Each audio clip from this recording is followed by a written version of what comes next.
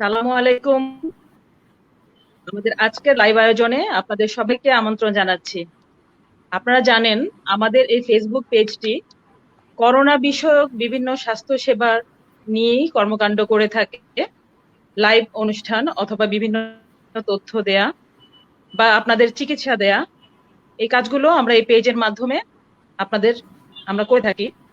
এছাড়াও আমরা বিভিন্ন জনগুরুত্বপূর্ণ এবং সমসাময়িক স্বাস্থ্য সমস্যা নিয়েও এই পেজে আলোচনা করে থাকি। তেমনই আজকের লাইভ আয়োজনে আমাদের আলোচনার বিষয়বস্তু হচ্ছে ডায়াবেটিস। আপনারা জানেন ডায়াবেটিস একটি অসংক্রামক রোগ।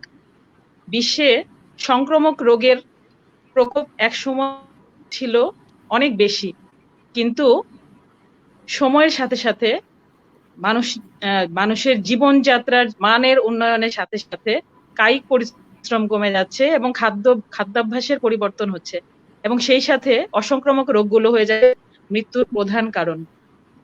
আর বাংলাদেশে এই অসংক্রামক রোগের কারণে মৃত্যু অনেক বেশি। আর অসংক্রামক রোগগুলোর মধ্যে রয়েছে উচ্চ রক্তচাপ, ডায়াবেটিস, ক্যান্সার এবং ফুসফুসের বিভিন্ন রোগ যেমন অ্যাজমা বা সিওপিডি। বাংলাদেশের এই অসংক্রামক রোগগুলোর মধ্যে ডায়াবেটিসটা আমরা সবচেয়ে বেশি আসলে দেখতে পাই। তাই আজকে আমরা আমাদের বিষয়বস্তু নির্ধারণ করেছি ডায়াবেটিস, করোনা রোগের উপর ডায়াবেটিসের প্রভাব এবং গর্ভকালীন ডায়াবেটিস। আমাদের সাথে উপস্থিত আছেন দুইজন সম্মানিত অতিথি। প্রথমে আছেন ডাক্তার আরেফিন পাটোয়ারি জুয়েল, সহকারী অধ্যাপক মেডিসিন, ঢাকা মেডিকেল কলেজ হাসপাতাল। এবং আমাদের সাথে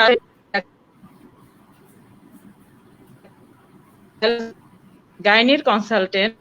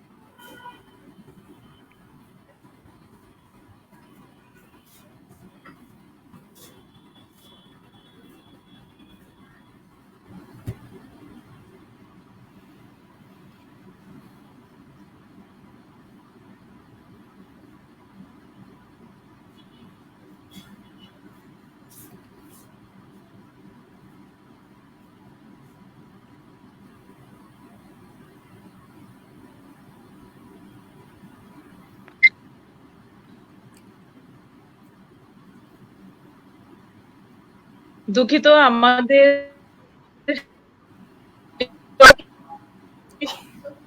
আমাকে কি শোনা যাচ্ছে? এখন শোনা যাচ্ছে।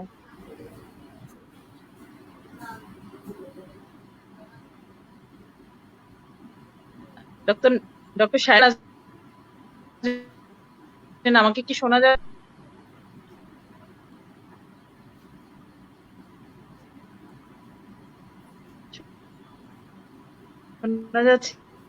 আমি দুঃখিত, নেটওয়ার্কের সমস্যা হচ্ছে। আমি জুয়েলকে পরিচয় করে দিচ্ছি, ডাক্তার গাইনোকোলজিস্ট। আমি দুঃখিত, ফিরে আসবেন। আসসালামু আলাইকুম।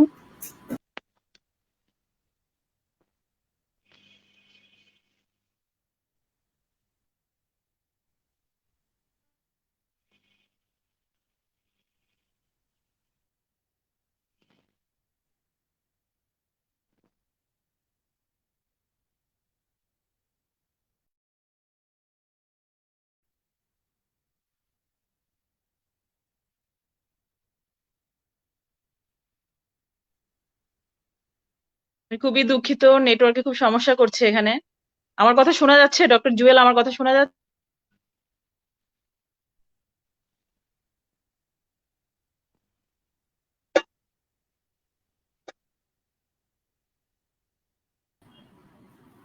আমার কথা শোনা যাচ্ছে ডক্টর? এখন শোনা যাচ্ছে, হ্যাঁ, হ্যাঁ হ্যাঁ। শোনা যাচ্ছে। দুঃখিত, শুরুতেই নেটের সমস্যা হয়ে গেল। আমরা মূল প্রোগ্রামে শুরু করতে পারি, মূল প্রোগ্রামে চলে যাই।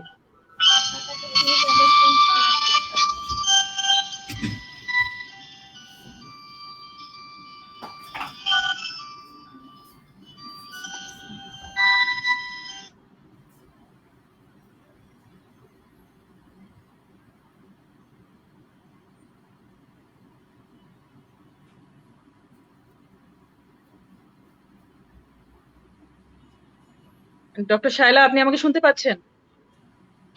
আমি শুনতে পাচ্ছি আপনাকে। ডক্টর জুয়েল, আপনি শুনতে পাচ্ছেন? হ্যাঁ, আমি শুনতে পাচ্ছি। আমি কি প্রশ্ন করতে পারি? হ্যাঁ হ্যাঁ, অবশ্যই। আপনারা কি তাহলে আমরা মূল আলোচনায় চলে যাচ্ছি।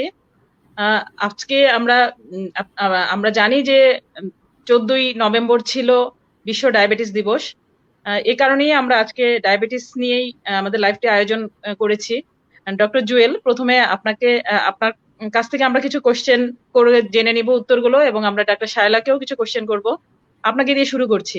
ডক্টর জুয়েল, আপনি প্রথমে আমাদের বলবেন ডায়াবেটিস রোগটা আসলে কি, এবং বাংলাদেশে এটা প্রকোপ কেমন, বিশ্বের প্রেক্ষাপটে ডায়াবেটিস রোগটা বাংলাদেশের পার্সেন্টেজ কি ধরনের, কি কত সংখ্যক রোগী আক্রান্ত হচ্ছে? হ্যাঁ, ধন্যবাদ ডক্টর পলিন আমাকে সংযুক্ত করার জন্য।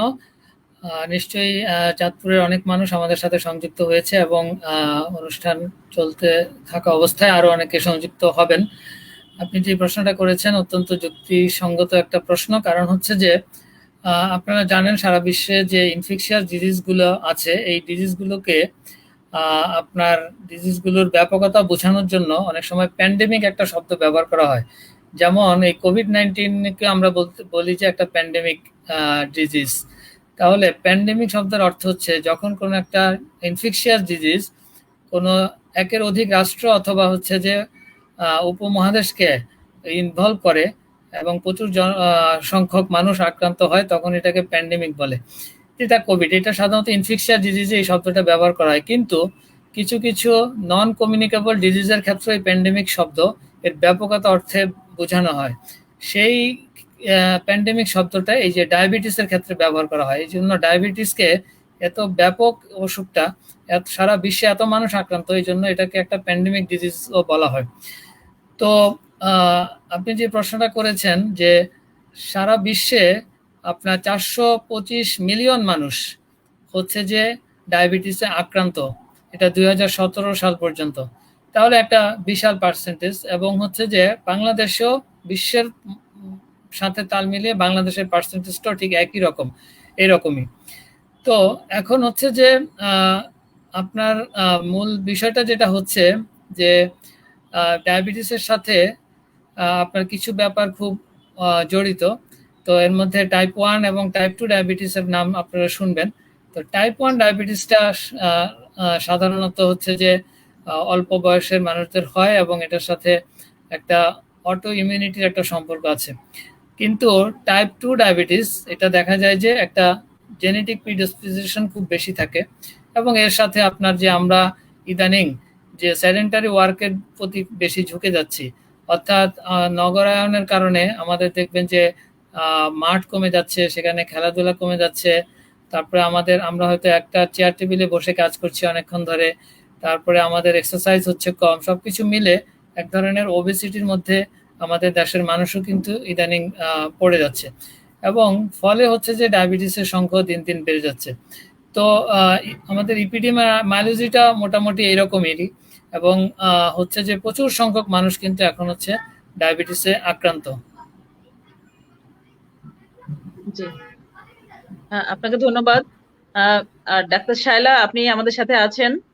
আসলে আপনার কাছে আমরা মূলত গর্ভকালীন যে ডায়াবেটিস বা জেস্টেশনাল ডায়াবেটিস, এই ব্যাপারগুলো সম্পর্কে আপনার কাছ থেকে আমরা জানবো। ডক্টর শায়লা, আপনি যদি প্রথমে আমাদের একটু বলেন যে প্রেগনেন্সিতে যে ডায়াবেটিসটা হয় সেটার মানে কারণটা কি, যার ডায়াবেটিস নেই গর্ভাবস্থায় কেন তার ডায়াবেটিস হয়, এই সম্পর্কে যদি আপনি আমাদের কিছু বলেন।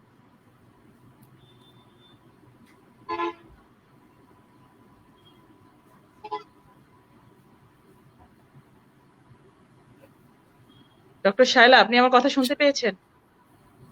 শায়লাকে একটু আনমিউট হয়ে কথা বলতে হবে, শায়লা কিন্তু মিউট আছে। আমার কথা কি এখন এখন শোনা শুনতে যাচ্ছে? পাচ্ছি। ঠিক আছে। আসসালামু আলাইকুম। প্রথমেই শুভেচ্ছা জানাচ্ছি চাঁদপুরবাসীকে যারা আমাদের এই প্রোগ্রামে সংযুক্ত আছেন।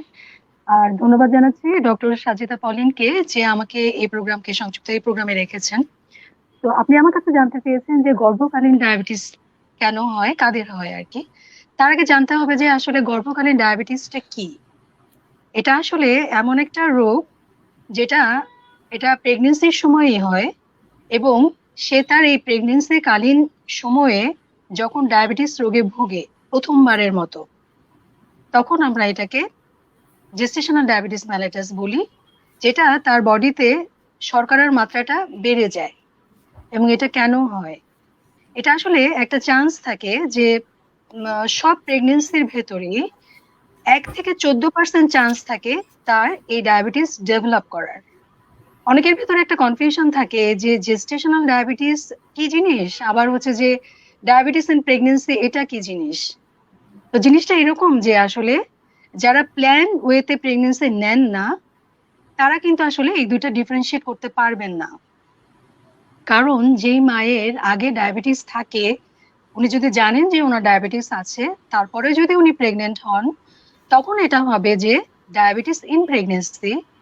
আর যখন তার প্রেগনেন্সির সময় প্রথমবারের মতো ডায়াবেটিসটা ধরা পড়লো, এটা তার প্রেগনেন্সির যে কোনো সময়, কারণ আমরা জানি যে একটা প্রেগনেন্সি 40 সপ্তাহ পর্যন্ত হয়, এবং এই 40 সপ্তাহের যে কোনো সময়, আগে যেটা বলা হতো যে সেকেন্ড ট্রাইমেস্টারে যেটা ডেভেলপ করে, কিন্তু এখন এটা চেঞ্জ হয়েছে, এটা প্রেগনেন্সির যে কোনো সময়ই যার প্রথমবারের মতো ডায়াবেটিস ধরা পড়বে তাকেই জেস্টেশনাল ডায়াবেটিস বলা হয়।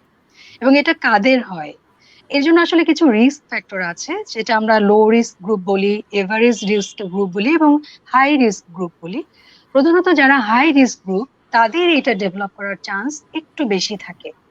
যেমন যেই মাটা আগে থেকে একটু ওবেস ছিলেন, যে মাটা পলিসিস্টিক ওভারিয়ান সিনড্রোম একটা ডিজিজ আছে গাইনিতে, সেটা আগে থেকে ওনার ছিল, যার ফ্যামিলি হিস্ট্রি আছে, যার বাবা মা ভাই বোন, অথবা তার আন্টি তার আঙ্কেল, অথবা তার দাদা দাদি নানা নানি, এদের ভিতরে কেউ। যাদের ডায়াবেটিস ছিল, হ্যাঁ, ফার্স্ট ডিগ্রি রিলেটিভস, এদের কেউ যদি এই রোগটা বহন করে, তাহলে তার এটা হওয়ার চান্স থাকে।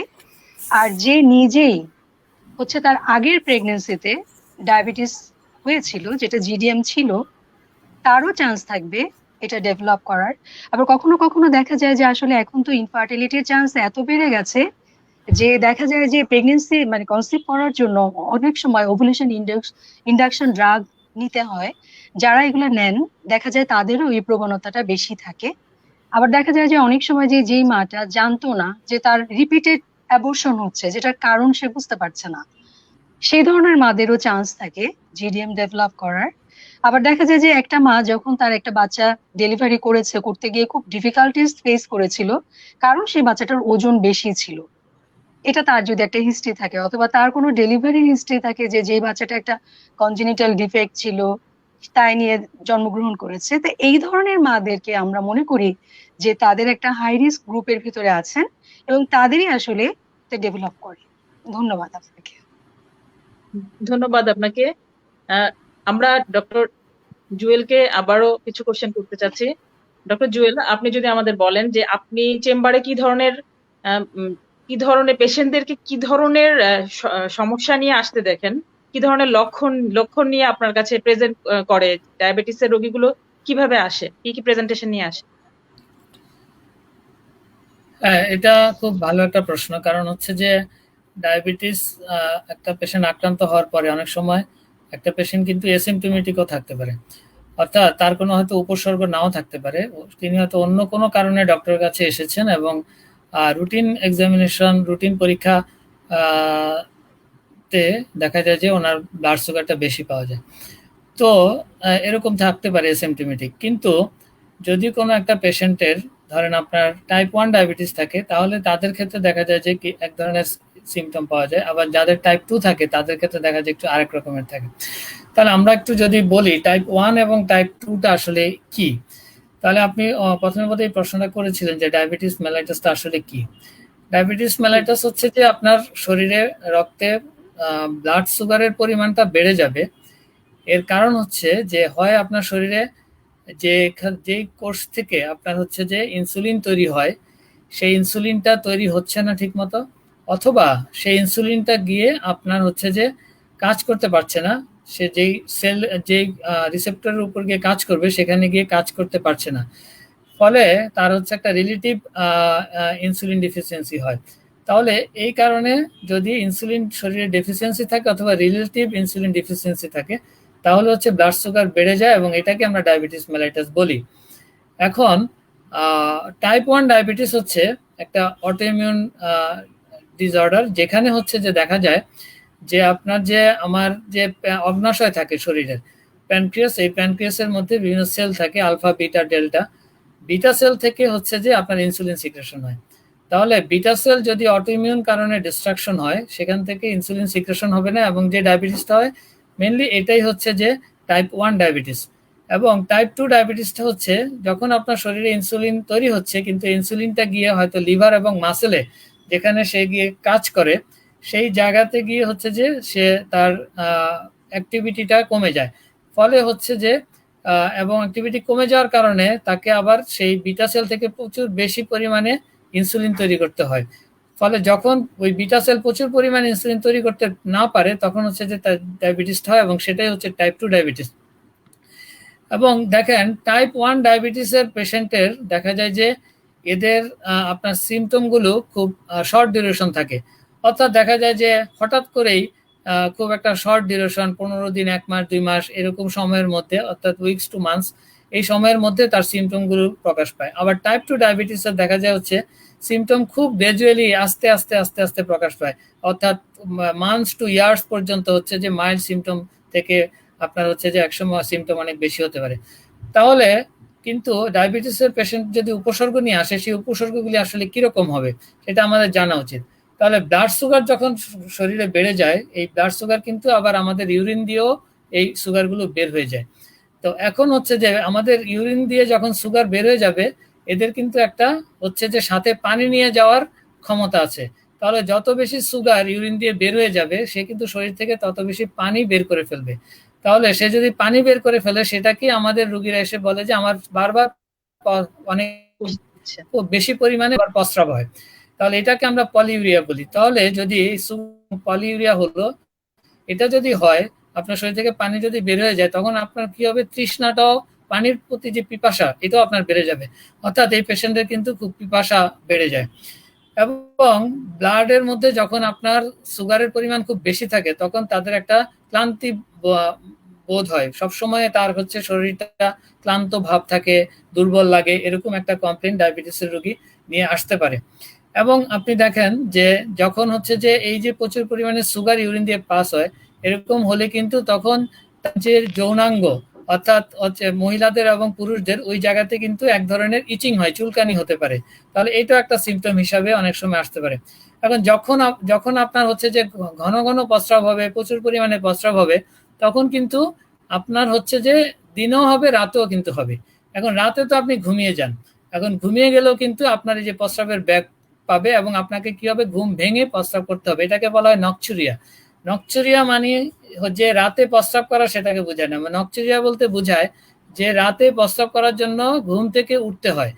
তাহলে এই একটা সিমটম হচ্ছে পেশেন্টের মধ্যে থাকবে। এই ধরনের সিমিলার একটা সিমটম পুরুষ মানুষদের 40 বছর বয়সের পরে যখন প্রোস্টেট বড় হয়ে যায় তখন হতে পারে, কিন্তু ডায়াবেটিস রোগীর কিন্তু এইটা আগে মানে ডায়াবেটিসের কারণে হতে পারে। এরপরে আপনি দেখেন যে একটা পেশেন্ট যখন হচ্ছে যে যখন সুগার বের হয়ে যাবে, পানি বের হয়ে যাবে, তখন কিন্তু তার শরীরে একটা ডিহাইড্রেশন হবে। তাহলে ডিহাইড্রেশন হলে যেটা হয় যে তার হচ্ছে যে শরীরের ওজন কমতে পারে। তাহলে অনেক পেশেন্ট অনেক সময় বলে যে আমার তো হঠাৎ করে ওজন কমে যাচ্ছে। তাহলে এরকম ওজন কমে গেলেও কিন্তু তখন তার কিন্তু ডায়াবেটিস পরীক্ষা করা উচিত, যে ওজন কমার একটা কারণ হিসাবে। এবং দেখেন যে এটা যে একটা 2 নম্বর হচ্ছে যখন তার শরীরে আপনার ইনসুলিন পরিমাণ কমে যায়, তখন কিন্তু শরীরের এই লিপিড ভাঙা শুরু করে, অর্থাৎ লিপিড ব্রেকডাউন হয়। এই লিপিড ব্রেকডাউনের কারণে কিন্তু তার শরীরের হচ্ছে যে এই যে ফ্যাট যেগুলো জমা থাকে, এগুলো সব ব্রেকডাউন হয়, এবং এই কারণে তার ওজন কমে যায়। তাহলে এইটা একটা উপসর্গ। এবং যখন একটা পেশেন্টের আপনার ডায়াবেটিস থাকে, এই পেশেন্টগুলো দেখা যায় ডায়াবেটিস যখন আনকন্ট্রোল থাকে তখন দেখা যায় এদের মেজাজ খুব খিটখিটে থাকে, ইরিটেবিলিটি অনেক সময় আমরা বলি, এবং এদের অনেক সময় পুয়ার কনসেন্ট্রেশন থাকে, কোনো একটা কাজের প্রতি মনোযোগ খুব কম থাকে। এবং আরেকটা হচ্ছে যে এদের পানির পিপাসা যেমন বেড়ে যায় তেমনি খাবারের প্রতি আকর্ষণও খুব বেড়ে যায়, বিশেষ করে হচ্ছে মিষ্টি খাবারের প্রতি, মানে তাদের একটা তীব্র আকর্ষণ জেগে ওঠে। তাহলে এই যে এই এই উপসর্গগুলো কিন্তু একটা ডায়াবেটিস রোগীর থাকতে পারে। এবং সাথে অনেক সময় এদের দেখা যায় যে কখনো কখনো আপনার মাসেল ক্রাম্প হতে পারে, কখনো কখনো একটা নওশিয়া ভাব থাকতে পারে, বমি বমি ভাব, এই সিমটমগুলো থাকতে পারে। এবং অনেক সময় কিন্তু ডায়াবেটিস রোগী আপনার ডায়াবেটিসের যে কিছু কমপ্লিকেশন আছে এর মধ্যে কিছু একিউট কিছু ক্রনিক কমপ্লিকেশন আছে, অনেক সময় কমপ্লিকেশন নিয়েও ডায়াবেটিস রোগী আপনার কাছে আসতে পারে। তাহলে এই ধরনের সিমটম নিয়ে হচ্ছে মেইনলি হচ্ছে আমাদের কাছে ডায়াবেটিস রোগীগুলো আসে। আপনাকে ধন্যবাদ। আমরা যারা মহিলা পেশেন্ট দেখি, আমরা সাধারণত দেখি, আপু আমার চেয়ে ভালো বলতে পারবেন, আমরা দেখি যে পেশেন্ট হোয়াইট ডিসচার্জ এবং ইচিং এই ধরনের সমস্যা নিয়ে আসলে অনেক সময় ব্লাড সুগার বেশি পাওয়া যায়। আপনি বলছিলেন কমপ্লিকেশনের কথা, যে অনেক সময় কমপ্লিকেশন নিয়ে আসেন। আসলে আমাদের দেশে অনেকেই সময় মতো নিজের শরীরে যে ডায়াবেটিস আছে সেটা জানতে পারে না, দেরি করে আসার কারণে দেখা যায় এটা কমপ্লিকেশন হয়ে যায়, তারপর ডাক্তারের কাছে যায়। তাহলে আমরা সবাইকে কি অ্যাডভাইস দিতে পারি, কখন একটা মানুষ ভাববে যে আমার ডায়াবেটিস টেস্ট করা দরকার? তার তো লক্ষণগুলো নাও থাকতে পারে। ঠিকই বলেছেন। তাহলে এক হচ্ছে যে আমরা যে লক্ষণগুলোর কথা বললাম এগুলো যদি থাকে সেক্ষেত্রে তো উনি পরীক্ষা করবেন। কিন্তু ধরেন লক্ষণ নাই, তাহলে কাদের আসলে ডায়াবেটিস, কোন সময়ে ডায়াবেটিস পরীক্ষা করা উচিত? তাহলে একটা হচ্ছে যে আমরা প্রথমে বলতেছিলাম যে ডায়াবেটিসের সাথে এই যে স্থূলতা, যে ওবেসিটি, এটা একটা সম্পর্ক আছে বিশেষ করে টাইপ 2 ডায়াবেটিসের ক্ষেত্রে। তাহলে কোনো পেশেন্ট যদি ওবেস হয়, ওবেস হচ্ছে যে ওবেসিটিটা দেখতে হয় আমাদের বিএমআই করে। বিএমআইটা হচ্ছে আমাদের শরীরের যে ওজন, এটাকে আপনার উচ্চতাকে মিটারে প্রকাশ করে, সেটাকে 2 বার ভাগ দিলে যেই ফলাফলটা আসবে এটাকে বলা হয় বিএমআই। তাহলে বডি মাস ইন্ডেক্স যদি কারো এশিয়ানদের জন্য এটা একটু কম বা সারা ওয়ার্ল্ডের জন্য এটা একটু বেশি, সারা ওয়ার্ল্ডের জন্য 30-এর বেশি হলে ওবেস, আমাদের এশিয়ানদের জন্য কিন্তু এটা 25-এর বেশি হলেই ওবেস। তাহলে বিএমআই যদি 25-এর বেশি হয় তাহলে, এবং সাথে যদি কোনো, এটা যে কোনো বয়সে বিএমআই 25-এর বেশি, সাথে যদি আপনার এই আমি 7-8টা জিনিস বলছি এর যে কোনো একটা থাকে, তাহলে হচ্ছে যে তার ডায়াবেটিস পরীক্ষা করা উচিত। এদের মধ্যে একটা হচ্ছে তার যদি ফ্যামিলি হিস্ট্রি থাকে, তার বাবা মায়ের যদি ডায়াবেটিস থাকে তাহলে এটা একটা। 2 নম্বর হচ্ছে কিছু রেস আছে যাদের হচ্ছে ডায়াবেটিসের প্রবণতা বেশি, তাহলে এর মধ্যে আফ্রো ক্যারিবিয়ান, যারা হচ্ছে ক্যারিবিয়ান অঞ্চলে থাকে, এবং সাথে হচ্ছে যে এশিয়ানদের মধ্যে আপনি দেখবেন যে বিশেষ করে বলা আছে বাংলাদেশ, পাকিস্তান এবং ইন্ডিয়ান যাদের হচ্ছে অরিজিন, তাদের হচ্ছে এই ইয়েটা বেশি। তাহলে এই রেস যদি থাকে তাহলে এটা করতে হবে। নেক্সট হচ্ছে যে ডক্টর শায়লা যেমনটি বললেন যে যাদের হচ্ছে গেস্টেশনাল ডায়াবেটিসের হিস্ট্রি থাকে, আগে একটা হিস্ট্রি আছে, তারপরে হয়তো তার ডেলিভারি হওয়ার পরে তার ব্লাড সুগার নর্মাল হয়ে গিয়েছিল, কিন্তু তাকে কিন্তু পরে মনিটরিং এর মধ্যে রাখতে হয়, তাহলে তার ক্ষেত্রে এটা করতে হবে। পলিসিস্টিক ওভারিয়ান সিনড্রোম, যদি এই ওবেস পেশেন্টের সাথে পলিসিস্টিক ওভারিয়ান সিনড্রোম যদি থাকে সেই ক্ষেত্রেও ব্লাড সুগারের পরীক্ষাটা করতে হবে। কোনো পেশেন্টের যদি কখনো ব্লাড সুগার করে দেখা যায় যে তার ইম্পেয়ার্ড গ্লুকোজ টলারেন্স অথবা ইম্পেয়ার্ড ফাস্টিং গ্লুকোজ এগুলো যদি থাকে, অথবা হিমোগ্লোবিন A1C যদি তার 5.7%-এর বেশি থাকে, এই পেশেন্টকেও কিন্তু পরবর্তীতে তার যদি ওবেসিটি থাকে হচ্ছে যে এই তার ব্লাড সুগারটা করতে হবে।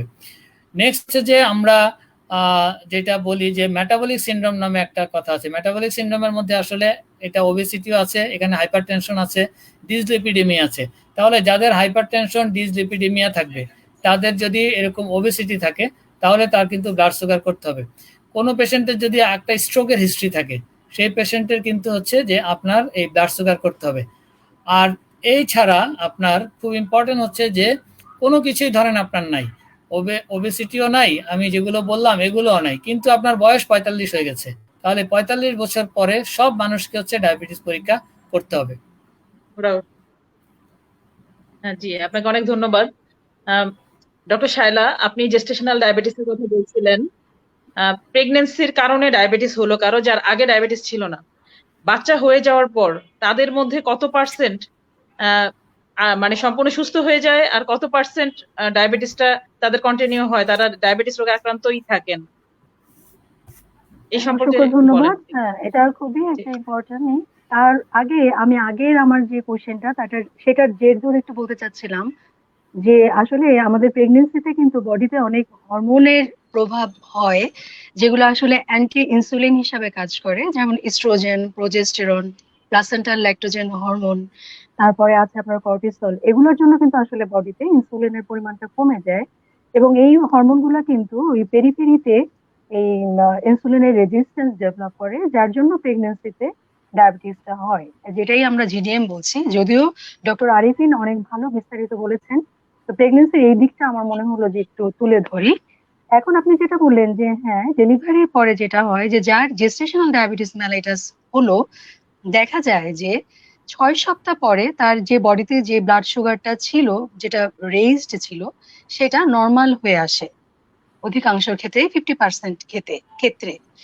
এদের ভিতরে 50%-এর দেখা যায় যে তাদের ওভার ডায়াবেটিস মেলাইটাস হয়, যেটা তাদের বয়স মানে এখন যখন হলো এর থেকে 5 থেকে 20 বছরের ভেতরে তাদের ওভার ডায়াবেটিস মেলাইটাস ডেভেলপ করে। এবং এই জন্য আসলে এই পেশেন্ট গুলাকে আমরা যেটা বলি যে নিয়মিত তাদের ফলো আপে থাকা উচিত। এবং এটা তো আসলে একটা মাল্টিডিসিপ্লিনারি অ্যাপ্রোচ। তো এই পেশেন্ট গুলোকে আমরা কিন্তু একজন এন্ডোক্রাইনোলজিস্টের ফলো আপে থাকতে বলি। প্রথমত আমরা 6 সপ্তাহ দেখে নেই, এবং তারপরে তাদের যদি দেখি যে না, তাদের সাধারণত তারা প্রেগনেন্সিতে যে ইনসুলিন যদি দরকার হয়ে থাকে, যেটা নিতেন, ডেলিভারির পরে কিন্তু আর নিতে হয় না। তো আমরা একইভাবে আরিফিন বলেছেন যে আমরা কিছু টেস্ট করি, এই সময় আমরা সেই টেস্ট গুলো করতে পারি। যাদের সেই আগের কথায় যে হাই রিস্কের ভিতরে আছে যারা, তাদেরকে আমরা সেই একইভাবে যে ব্লাড সুগার প্রোফাইল যেটা, সেটা করে আমরা স্ক্রিনিংটা করে দেই। পরবর্তীতে আমরা এন্ডোক্রাইনোলজিস্টের কাছে রেফার করি। এর ভিতরে মিনিমাম যেগুলো আছে যে fasting blood sugar 2 hours after breakfast, 2 hours after lunch, 2 hours after dinner, এবং হচ্ছে যে আমরা গ্লাইকেটেড হিমোগ্লোবিন যেটা, এগুলো করে যখন দেখি যে না, এগুলো উইদিন নর্মাল লিমিটের ভিতরে আসেনি, তখন তাদেরকে আমরা বলি যে কন্টিনিউয়াসলি একজন এন্ডোক্রাইনোলজিস্টের শরণাপন্ন হতে। ধন্যবাদ। ধন্যবাদ আপনাকে। ডক্টর আরিফিন, আপনার কাছে আবার আসি। ডক্টর আরিফিন পাটোয়ারি, আপনার কাছে আমার নেক্সট কোশ্চেন হচ্ছে, ডায়াবেটিসের সাথে কিন্তু খাদ্যাভ্যাসের একটা খুব সম্পর্কের কথাই আমরা শুনি, এবং কায়িক পরিশ্রম। তো ডায়াবেটিসের সাথে খাদ্যাভ্যাস, কায়িক পরিশ্রম বা পরিবেশের রিলেশনটা কেমন? হ্যাঁ, ঠিকই বলেছেন। এটা খুব গুরুত্বপূর্ণ প্রশ্ন। তাহলে যে আমাদের যে খাদ্যাভ্যাসটা ডায়াবেটিস পেশেন্টের কিরকম হবে, তাহলে এই যে আমরা বিভিন্ন রকমের দেখবেন যে আপনি ডায়াবেটিক সেন্টারে আমাদের রোগীরা যায়, তাদের আমি অনেক সময় দেখি বই, ওখানে বিভিন্ন খাবার দাবারের ছবি অর্ধেক একটা এরকম আপনি দেখবেন। তার মানে এবং রোগীরা যে আমাদের চেম্বারে আসে খাবার দাবার নিয়ে তারা খুব চিন্তিত, কি খাবো কি খাবো না। তাহলে আমাদের কিছু এইম থাকে, আমাদের ডায়াবেটিস রোগীর খাবারটা কেমন হবে সেটার কিছু এইম আছে, সেই এইমের উপর ডিপেন্ড করে আমাদের খাবারটা হবে। তাহলে এইম গুলো কি? একটা হচ্ছে যে আমার যে কোনো ভাবে হোক আমার ডায়াবেটিস কিন্তু কন্ট্রোলে রাখতে হবে, এটা হলো 1 নম্বর কথা। তাহলে অর্থাৎ যে আমার স্ট্রিক্ট একটা গ্লাইসেমিক কন্ট্রোল আমার লাগবে। তাহলে 2 নম্বর কথা হচ্ছে এই কন্ট্রোল করতে গিয়ে আমি কোনোভাবে এটাকে হাইপোগ্লাইসিমিয়া বানানো যাবে না, তাহলে এইটা আরেকটা ইম্পর্টেন্ট জিনিস। 3 নম্বর হচ্ছে যে আমি এমনভাবে ডায়েটটি অ্যাপ্রোচ করলাম যে আমার শরীরের জন্য যে নিউট্রিশনের প্রয়োজন, সেই নিউট্রিশন আমি ঠিক মতো পাচ্ছি না, তাহলে এরকম মানে খাবার দাবারও আমার প্রয়োজন নাই। তাহলে এটা একটা ইম্পর্টেন্ট জিনিস। 3 নম্বর হচ্ছে তাহলে অনেক রোগী আবার বলে যে আমার তো ডায়াবেটিস, আমি কি ওজন বাড়াবো না ওজন কমাবো, আসলে আমাকে কি করতে হবে? তাহলে যেই পেশেন্টের আপনি দেখবেন যে ডায়াবেটিস পেশেন্ট কিন্তু তার ওয়েট লস আছে, সেই পেশেন্টকে আমরা বলি যে তার ওয়েট মেনটেন করতে হবে। তাহলে ওয়েট লস যাতে আর না হয়, তার একটা মানে যেই ওয়েটটা একজন মানুষের থাকা উচিত সেটাকে মেনটেন করতে হবে। তাহলে তার কিছু প্রয়োজনে কাউকে কাউকে একটু ওয়েট গেইনও করতে হবে। আবার যিনি ওবেস, অর্থাৎ যাদের টাইপ 2 ডায়াবেটিস ওবেসিটির জন্য হয়েছে, তাদেরকে কিন্তু ওয়েট কমাতে হবে। তাহলে এখানে হচ্ছে যে আপনার এই ব্যাপারগুলো খুব ইম্পর্টেন্ট। তাহলে এখানে দেখেন যে আমাদের এই টার্গেটগুলো হচ্ছে যে মোটামুটি এরকম। এখন এই টার্গেটের উপর ভিত্তি করে আমাদের হচ্ছে যে আপনাকে যেটা বললাম যে বিভিন্ন আপনার হচ্ছে যে আমরা বিভিন্ন ফল খাবার দাবারের ছবি একে সারাদিন অনেক সময় রোগীরা একটু আতঙ্কেই পড়ে যায় যে আসলে কিভাবে এগুলার মেনটেন করে খাওয়াটা কষ্টকর হয়ে যায়। কিন্তু আমরা চাই হচ্ছে যে ডায়াবেটিস রোগী একটা ব্যালেন্স ডায়েট খাক। তাহলে এইটা খুব ইম্পর্টেন্ট যে তার ডায়েটটা যেন ব্যালেন্সড হয়। তাহলে ব্যালেন্স ডায়েট বলতে একটা ডায়াবেটিস রোগীর জন্য আমরা যেটা বলি যে ওনার কার্বোহাইড্রেটটা খেতে হবে হচ্ছে আসলে 50%। তাহলে এখানে 2 নম্বর হচ্ছে ওনার ফ্যাট খেতে হবে 35% এবং হচ্ছে প্রোটিন খেতে হবে হচ্ছে 15%। এটাই হচ্ছে কিন্তু একটা ব্যালেন্স ডায়েট। এবং আমরা বলি যে ফ্রুটস এবং ভেজিটেবলস দিনে 5টা পোর্শন থাকবে, ফ্রুটস এবং ভেজিটেবলস। ডায়াবেটিস রোগীদের ক্ষেত্রে আমরা ফ্রুটস এবং ভেজিটেবলস এর উপর আসলে জোরটা খুব বেশি দিই। তাহলে এবং এইটা হচ্ছে খুব ইম্পর্টেন্ট। এখন আপনার অনেকে দেখা যায় যে আপনি হচ্ছেন যে একদমই কার্বোহাইড্রেট খাচ্ছেন না, তাহলে কিন্তু আপনার ঝামেলা হয়ে যাবে। যখন আপনি একদমই কার্বোহাইড্রেট খাবেন না তখন কিন্তু হচ্ছে যে আপনার এই যে ডায়াবেটিক কিটোএসিডোসিস নামে যে একটা কমপ্লিকেশন হয়, একিউট এবং খুব সিভিয়ার একটা কমপ্লিকেশন, এই ধরনের পেশেন্ট কিন্তু আপনার ডায়াবেটিক কিটোএসিডোসিস হয়ে যেতে পারে। তাহলে আমাদের মূল ব্যাপারটা হচ্ছে আমাদেরকে একটা ব্যালেন্স ডায়েট খেতে হবে, যেখানে কার্বোহাইড্রেট থাকবে হচ্ছে অ্যাপ্রক্সিমেটলি 50% এবং ফ্যাট থাকবে হচ্ছে 35%, প্রোটিন থাকবে হচ্ছে 15%, এবং ফ্রুটস অ্যান্ড ভেজিটেবলস 5টা পোর্শন হচ্ছে পার ডে। আচ্ছা আচ্ছা। তাহলে যে আমরা কিটো ডায়েটের কথা এখন শুনতে পাই, সেই কিটো ডায়েট সম্পর্কে আপনি কি বলবেন? অনেকে কিটো ডায়েট ফলো করে ওজন কমিয়েছে, ডায়াবেটিস নিয়ন্ত্রণে এনেছে। এটা কি আপনি মনে করেন যুক্তিসঙ্গত, বা এটার কোনো দীর্ঘমেয়াদী কমপ্লিকেশনস হতে পারে? দেখেন কিটো ডায়েট এই শব্দটা কোত্থেকে আসছে। তাহলে আমাদের কিটো হচ্ছে আপনার লিপিডের একটা অংশ। তার মানে কিটো ডায়েট মানে হচ্ছে আপনার খাবারে কোনো কার্বোহাইড্রেট নাই, আপনি শুধু লিপিড খাচ্ছেন এবং এই লিপিড থেকে আপনার কিটোন বডি তৈরি হয়। তাহলে আপনি তার মানে হচ্ছে কিটো ডায়েট, আপনি শুধু লিপিড খাচ্ছেন, আপনার খাবারে কোনো কার্বোহাইড্রেট নাই। এখান থেকে যেটা হতে পারে সেখান থেকে হচ্ছে যে এই যে আমরা বললাম ডায়াবেটিক কিটোএসিডোসিস, এই ডায়াবেটিক কিটোএসিডোসিস ডেভেলপ করার কিন্তু যথেষ্ট সম্ভাবনা আছে। 2 নম্বর হচ্ছে আপনি যে আপনার শরীরের সুস্বাস্থ্যের জন্য আপনাকে একটা ব্যালেন্স ডায়েট প্রয়োজন। সেই ব্যালেন্স ডায়েটের কথা আমরা বলেছি কোনটা কত পার্সেন্ট থাকতে হবে। কাজেই আপনি যদি এই 50% কার্বোহাইড্রেট আপনার ডায়েটের মধ্যে থাকা উচিত, সেটাকে আপনি 0% করে ফেললেন, তাহলে তো আপনার শরীরে হচ্ছে যে কোনো নিউট্রিশনও পাবে না, আপনার কোনো ব্যালেন্স ডায়েটও থাকবে না, এবং হচ্ছে যে আপনার শরীরের বিভিন্ন ধরনের জটিলতা তৈরি হবে। এবং অবশ্যই এই যে ডায়াবেটিক কিটোএসিডোসিস একটা ভয়ঙ্কর সমস্যা, এবং আপনি ইতোমধ্যে কিন্তু শুনবেন যে অনেক জায়গায় অনেক মানুষ কিন্তু প্রাণও হারিয়েছে এই কিটো ডায়েট প্র্যাকটিস করতে গিয়ে। কাজেই আমাদের কিন্তু আপনি দেখেন আপনি ব্যালেন্স ডায়েট খেয়েও কিন্তু আপনার স্বাস্থ্য, আপনার ওবেসিটিকে আপনি নিয়ন্ত্রণ করতে পারবেন।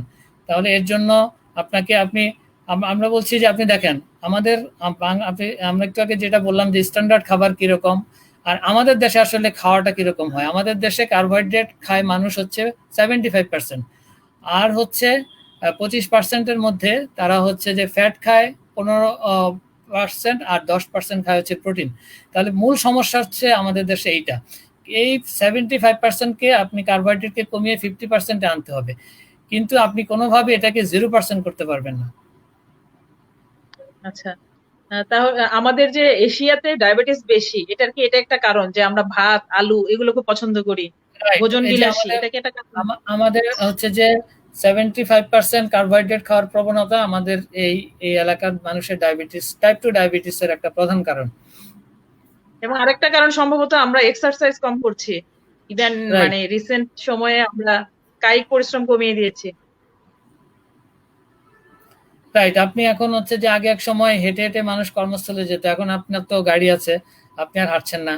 তারপরে আগে আপনি মাঠে খেলতে যেতেন, এখন আপনি খেলাধুলা সবকিছু টিভির সামনে আর ল্যাপটপে আর মোবাইলে করছেন, কাজে আপনি খেলতেও যাচ্ছেন না। তারপরে হচ্ছে যে আপনি এখন বাসার খাবারের প্রতি আপনার আকর্ষণ কম, আপনি ফাস্টফুডের দোকানে বেশি যাচ্ছেন, সেখানে আপনি খাবার দাবার বেশি খাচ্ছেন। তাহলে এই জিনিসগুলোর কিন্তু একটা ভালো প্রভাব আছে।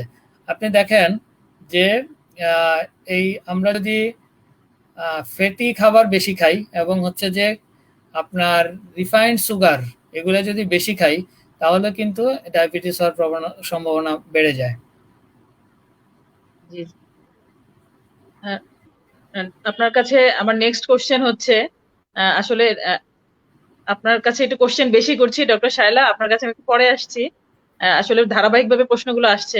ডক্টর জুয়েল, আপনি যদি বলেন যে তাহলে ম্যানেজমেন্টটা কি, আপনারা যখন শনাক্ত করেন একটা রোগী যে সে ডায়াবেটিস আছে তার, তখন তাকে আপনারা কি উপদেশ দেন বা কি চিকিৎসা দেন?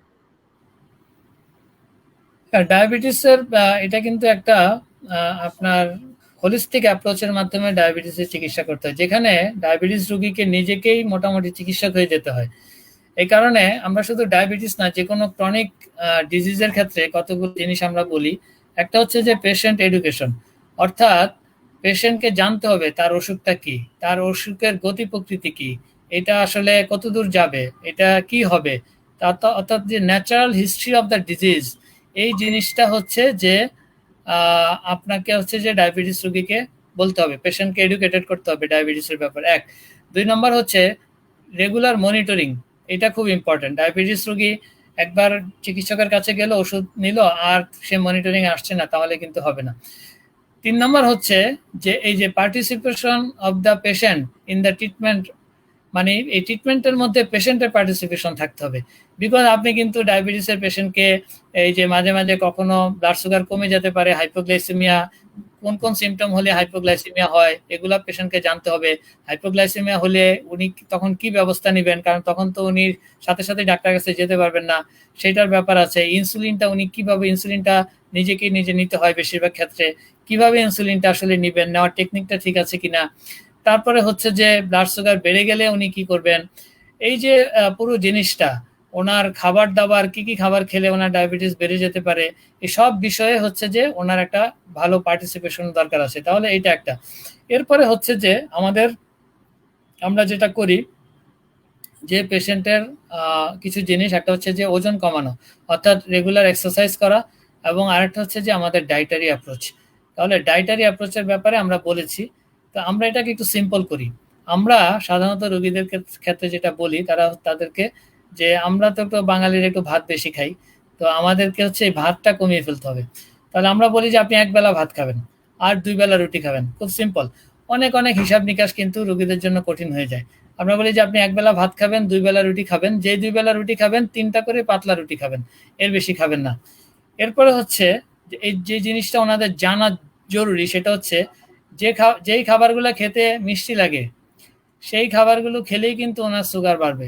অনেক রোগী ভাবেন যে আমি তো শুধু চিনি আর এই যে রসগোল্লা না খেলেই হইলো, তো আর সব খাওয়া যাবে। তো আমার কাছে অনেক রোগী আসে যে উনি চিকিৎসা নিচ্ছে, ওনার ডায়াবেটিস ভালো হচ্ছে না, তো কোনোভাবেই ভালো হচ্ছে না, ইনসুলিন পাচ্ছে, অনেক ইনসুলিন পাচ্ছে। পরে সে আমাকে বলে যে আমি তো ডায়াবেটিস ভালো করার জন্য প্রতিদিন সকালে মধু খাই। তাহলে অবস্থাটা কি ভয়ঙ্কর আপনি দেখেন। তো মধুতে কি পরিমাণ আছে এবং সেটা কি পরিমাণ ডায়াবেটিস বাড়াতে পারে। অনেকে আবার ডায়াবেটিস কমানোর জন্য প্রতিদিন 5-6টা খেজুর খায়। তো এই জিনিসগুলো হচ্ছে একটা রোগীর খুব ইম্পর্টেন্ট, যে অনেকে ভাবে যে খেজুর খেলে নাকি ডায়াবেটিস কমে যায়, কিন্তু দেখেন এগুলা সব এই মিষ্টি জাতীয় খাবার। চিকিৎসাগুলো বোধহয় মনে হয় গ্রাম্য ডাক্তার বা কবিরাজ এদের কাছ থেকে পায়। হ্যাঁ, হতে পারে। এবং খেলে এবং ভালো। হচ্ছে হ্যাঁ, এবং হচ্ছে যে তো এই ব্যাপারগুলো বুঝতে হবে। তো উনি ওইভাবেই খাওয়া দাওয়াটা করবে, যে এই খাবার খেলে কিন্তু আমার সুগার বেড়ে যেতে পারে।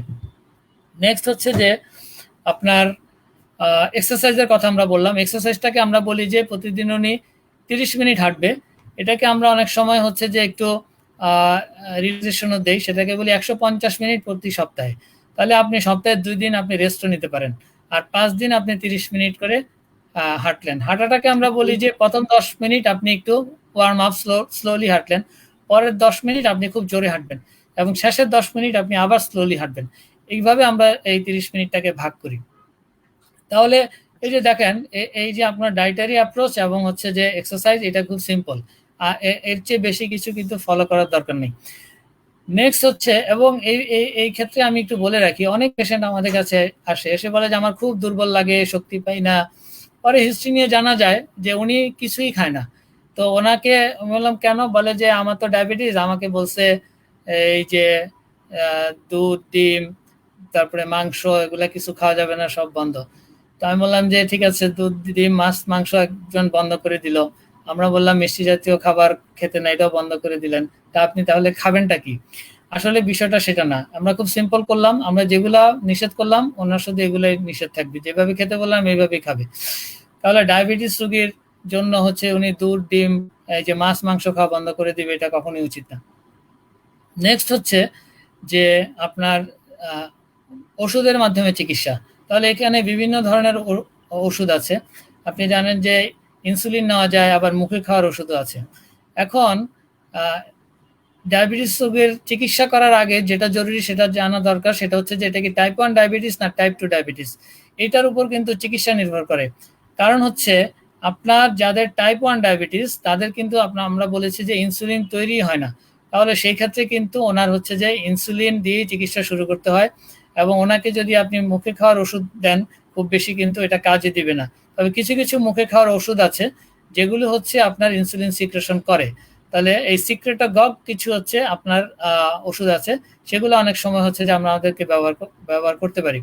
কিন্তু টাইপ 2 ডায়াবেটিসের ক্ষেত্রে দেখেন, আমরা বলেছি যে ইনসুলিনটা হচ্ছে তার রিসেপ্টরে গিয়ে কাজ করতে পারে না, অর্থাৎ ওই সেন্সিটিভিটিটা কমে যায়। তাহলে এই ইনসুলিন সেন্সিটিভিটি বাড়ানোর জন্য হচ্ছে যে অ্যাক্টিভিটি বাড়ানোর জন্য ওষুধ দিতে হয়। তাহলে সেখানে হচ্ছে যে কিছু মুখে খাওয়ার ওষুধ আছে।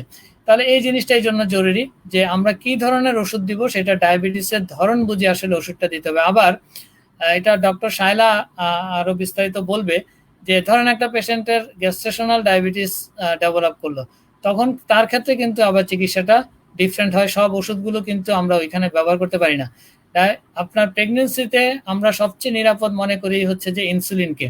যদিও মুখে খাওয়ার ওষুধের মধ্যে ম্যাটফরমিন এবং হচ্ছে গ্লিভেনক্লামাইড, এই ওষুধগুলো অনেক সময় হচ্ছে যে প্রয়োজনে দেওয়া যায়, কিন্তু আমরা খুব বেশি দিতে চাই না, বিকজ এই গ্লিভেনক্লামাইড একটা ওষুধ আছে যেটা কিন্তু প্রচন্ড হাইপোগ্লাইসিমিয়া করে, যে কারণে হচ্ছে এই ওষুধটা আমরা আসলে ওইখানে ব্যবহার করতে চাই না। এবং ম্যাটফরমিনটা যদি খুব বেশি আপনার হয়, অনেক সময় ম্যাটফরমিন দিয়ে চিকিৎসা করা হয়, কিন্তু আমরা মনে করি যে ইনসুলিনই সবচেয়ে সেফ। তাহলে এই সবকিছু মিলে হচ্ছে যে ডায়াবেটিসে কিন্তু বিভিন্ন ধরনের ওষুধ আছে, এবং একটা ওষুধ নির্বাচনের আগে কিন্তু আপনার এখানে অনেকগুলো ফ্যাক্টরকে বিবেচনা করা হয়। অর্থাৎ ওনার, আমরা বললাম যে এটার টাইপস অফ ডায়াবেটিস, ওনার কোন ধরনের ডায়াবেটিস সেটার উপর ডিপেন্ড করবে, এটা কি টাইপ 1, টাইপ 2 গ্যাস্ট্রেশনাল, নাকি এটা হচ্ছে আদার কোনো স্পেসিফিক কারণে যে ডায়াবেটিস গুলো হয়। আদার কিন্তু অনেক কারণে হচ্ছে আপনার ডায়াবেটিস হতে পারে। তাহলে এটা একটা। 2 নম্বর হচ্ছে যে তার কোমরবিডিটি কি কি আছে। তাহলে কোমরবিডিটির উপরে কিন্তু অনেক কিছু নির্ভর করে। যেমন একটা পেশেন্টের ধরেন ডায়াবেটিস আছে, কিন্তু সাথে হচ্ছে যে তার কিডনিতে সমস্যা আছে, এবং কিডনিতে তার ইজিএফআর যদি আপনার 30 ml per minute per metre square surface এরিয়ার নিচে থাকে, তাহলে কিন্তু তাকে হচ্ছে ম্যাটফরমিন জাতীয় ওষুধটা আমরা দেই না। তাহলে এরকম কোমরবিডিটির সাথে কিন্তু হচ্ছে যে ওষুধের সম্পর্ক আছে, যে কোন ওষুধ আপনি দিতে পারবেন, কোন ওষুধ দিতে পারবেন না। এবং এটাই যে একটা ডায়েটারি অ্যাপ্রোচ, একটা হচ্ছে এক্সারসাইজ, তারপরে হচ্ছে যে আপনার মুখে খাওয়ার ওষুধ অথবা ইনসুলিনের মাধ্যমেই সাধারণত আমরা একটা ডায়াবেটিস রোগীর চিকিৎসা করে থাকি। ধন্যবাদ আপনাকে। আমরা অল্প সময়ে ডায়াবেটিস রোগীর চিকিৎসা এবং ব্যবস্থাপনা সম্পর্কে একটা ধারণা পেয়েছি। ডক্টর শায়লা, আমি দুঃখিত আপনাকে অনেকক্ষণ বসিয়ে রেখেছি, অপেক্ষা করিয়ে রেখেছি। ডক্টর শায়লা, আপনি আমরা এখন ডায়াবেটিস রোগীর ম্যানেজমেন্ট সম্পর্কে জানলাম, আপনি একটু জিডিএম বা জেস্টেশনাল ডায়াবেটিস মেলাইটাস এই ধরনের রোগীগুলোর ব্যবস্থাপনা বা চিকিৎসা সম্পর্কে যদি আমাদের বলেন। অসংখ্য ধন্যবাদ। আসলে চিকিৎসা কিন্তু একই, যেটা যে দুইটা থেকে তত বেশি ডিফার করবে না। কারণ ডায়াবেটিস তো নিজেই একটা যে রোগ হচ্ছে যে অন্যান্য মানুষের জন্য যেরকম প্রেগনেন্ট ফিমেলের জন্য একই রকম, তবে প্রেগনেন্ট ফিমেল তার নিজস্ব কিছু ফিজিওলজিক্যাল চেঞ্জের জন্য কিছুটা ডিফার করছে, বাদ বাকি সব কিন্তু একই। যেমন একজন মহিলা যখন এরকম ডায়াবেটিস তার ধরা পড়লো, সে কিন্তু খুবই আতঙ্কিত হয়ে যায় যে আমার এরকম ডায়াবেটিস হয়ে গেছে, এখন আমার কি হবে। আবার অনেক সময় ভাবে যে এই ডায়াবেটিস বোধহয় আমার আর ভালো হবে না, কিন্তু বিষয়টা তো তা না। তো এই বিষয়ে তো তাদের নলেজ আমরা যেটা করব যে আসলে কাউন্সিলিংটা খুব ইম্পর্টেন্ট, যে যে কোনো ডিজিজেরই ম্যানেজমেন্টের ক্ষেত্রে আমাদের কাউন্সিলিংটা সবার আগে আলোচনা করতে হবে।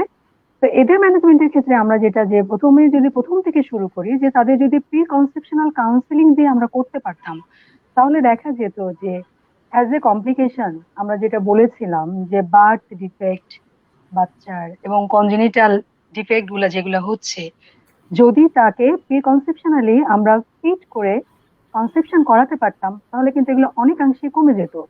যেমন 0.8 থেকে 2.6% হতোই না, কমেই আসতো। তো ডক্টর শায়লা, আপনার কথাটা আরেকটু ক্লিয়ার হলে ভালো হতো, একটু শব্দটা ক্লিয়ার কম। না, শোনা যাচ্ছে মাঝে মাঝে। এখন শোনা যাচ্ছে? জি জি। আচ্ছা, না আমি একটু জোর দিয়ে বলতে চাচ্ছি, যেটা যে প্রি কনসেপশনাল কাউন্সিলিং জিনিসটাকে আমি বলতে চাচ্ছি, যে তাকে তার প্রেগনেন্সির আগে থেকেই তাকে জানতে হবে যে তার কি কি জিনিস হতে পারে, আর যদি তার ডায়াবেটিস হয়েও যায় তাহলে তার কি কি সমস্যা হতে পারে, এগুলো জেনে যদি সে আগায় তাহলে আউটকামটা অনেক ভালো হবে। আর ম্যানেজমেন্টের ক্ষেত্রে যেটা বলতে চাচ্ছি, যে অনেকাংশই কিন্তু ডক্টর আরিফিন বলেছেন যে ম্যানেজমেন্ট করতে গেলে কিন্তু আমরা সেই আগে থেকে যেটা যে ডিসিপ্লিন লাইফ তো অবশ্যই খুব খুব জরুরি, ডিসিপ্লিন ওয়েতে চলতে হবে। একজন প্রেগনেন্ট লেডি, তাকে তো অবশ্যই তার রেস্টটাকে ইনশিওর করতে হবে, যে তাকে দুপুরবেলা অ্যাটলিস্ট 2 ঘন্টা ঘুমাতে হবে, রাতে অ্যাটলিস্ট 8 ঘন্টা ঘুমাতে হবে।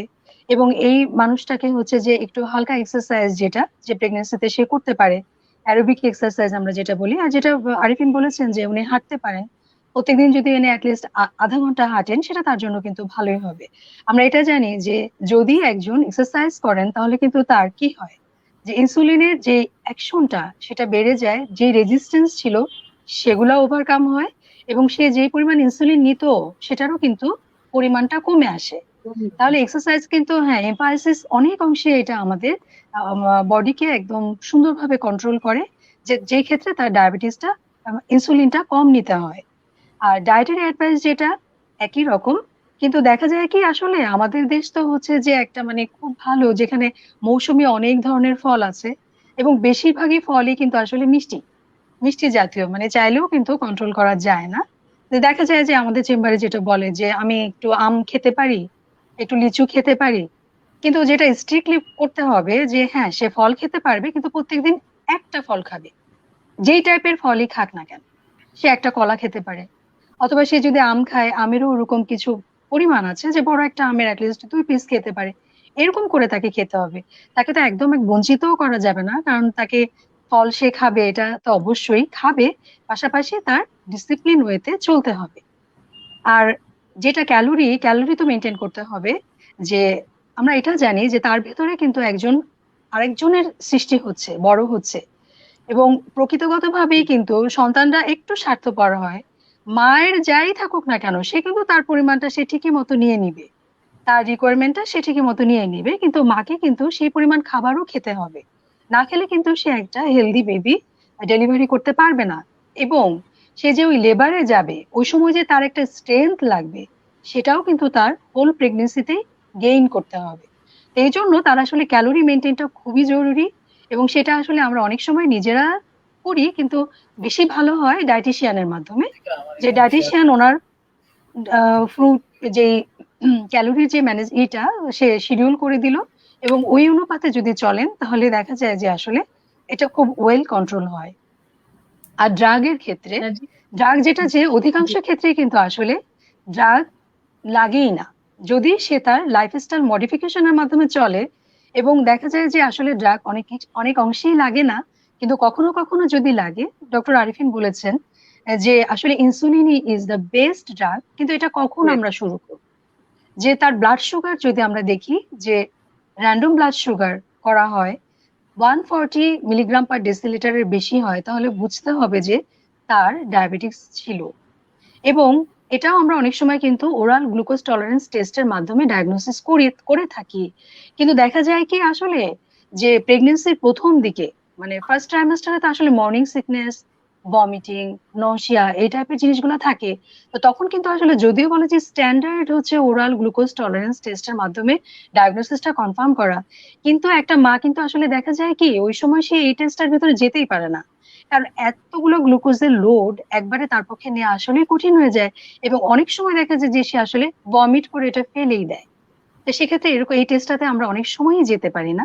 কারণ আমরা সিম্পল ওয়েতে আমাদের গাইনিতে আমরা যেটা করে থাকি সেটা হচ্ছে আমরা বলি গ্লুকোজ চ্যালেঞ্জ টেস্ট, যেটা যে আমরা 50 মিলিগ্রাম জি। গ্লুকোজ তাকে ইনটেক করাই, এবং হচ্ছে যে এটা কিছুর উপরে ডিপেন্ড করে না, সে খেয়েও আসতে পারে, ইভেন 12 ঘন্টা না খেয়েও, মানে যে কোনো সময় আমরা এটা করতে পারি তাকে। তো এটা করে যখন দেখি যে অ্যাবনর্মাল রিপোর্ট মানে 120-র উপরে আসতেছে, তখন হয়তোবা তাকে আমরা ওজিটিটির দিকে রেফার করি। আর তা না হলে এখান থেকে আমরা একটা সিদ্ধান্তে চলে আসি। তো এখন দেখা যায় যে ওটা আগেই বলেছি যে যাদের 140 মিলিগ্রাম/ডেসিলিটারের বেশি ব্লাড সুগার থাকছে, তখন আমরা তাকে ইনসুলিন প্রেসক্রাইব করি। একইভাবে এটা অ্যাজ এ গাইনোকোলজিস্ট অবস্টেটিশিয়ান আমিও করতে পারি, কিন্তু is the better to do this, যে একজন এন্ডোক্রাইনোলজিস্ট যদি এটা অ্যাডজাস্ট করে দেন তাহলে তার জন্য এটা বেশি ভালো হয়। তো এই ইনসুলিন গুলো আসলে ওভাবেই আমরা করব, যেটা ওই যে ভালো হয় যে 6 টাইমস তার ব্লাড রিফ্লোটা করা। কিন্তু অনেক ক্ষেত্রে দেখা যায় কি যে এত প্রিক করা আসলে এটা আমি আমি করতে গেলেও আমি আসলে এক্সহস্টেড হয়ে যাব।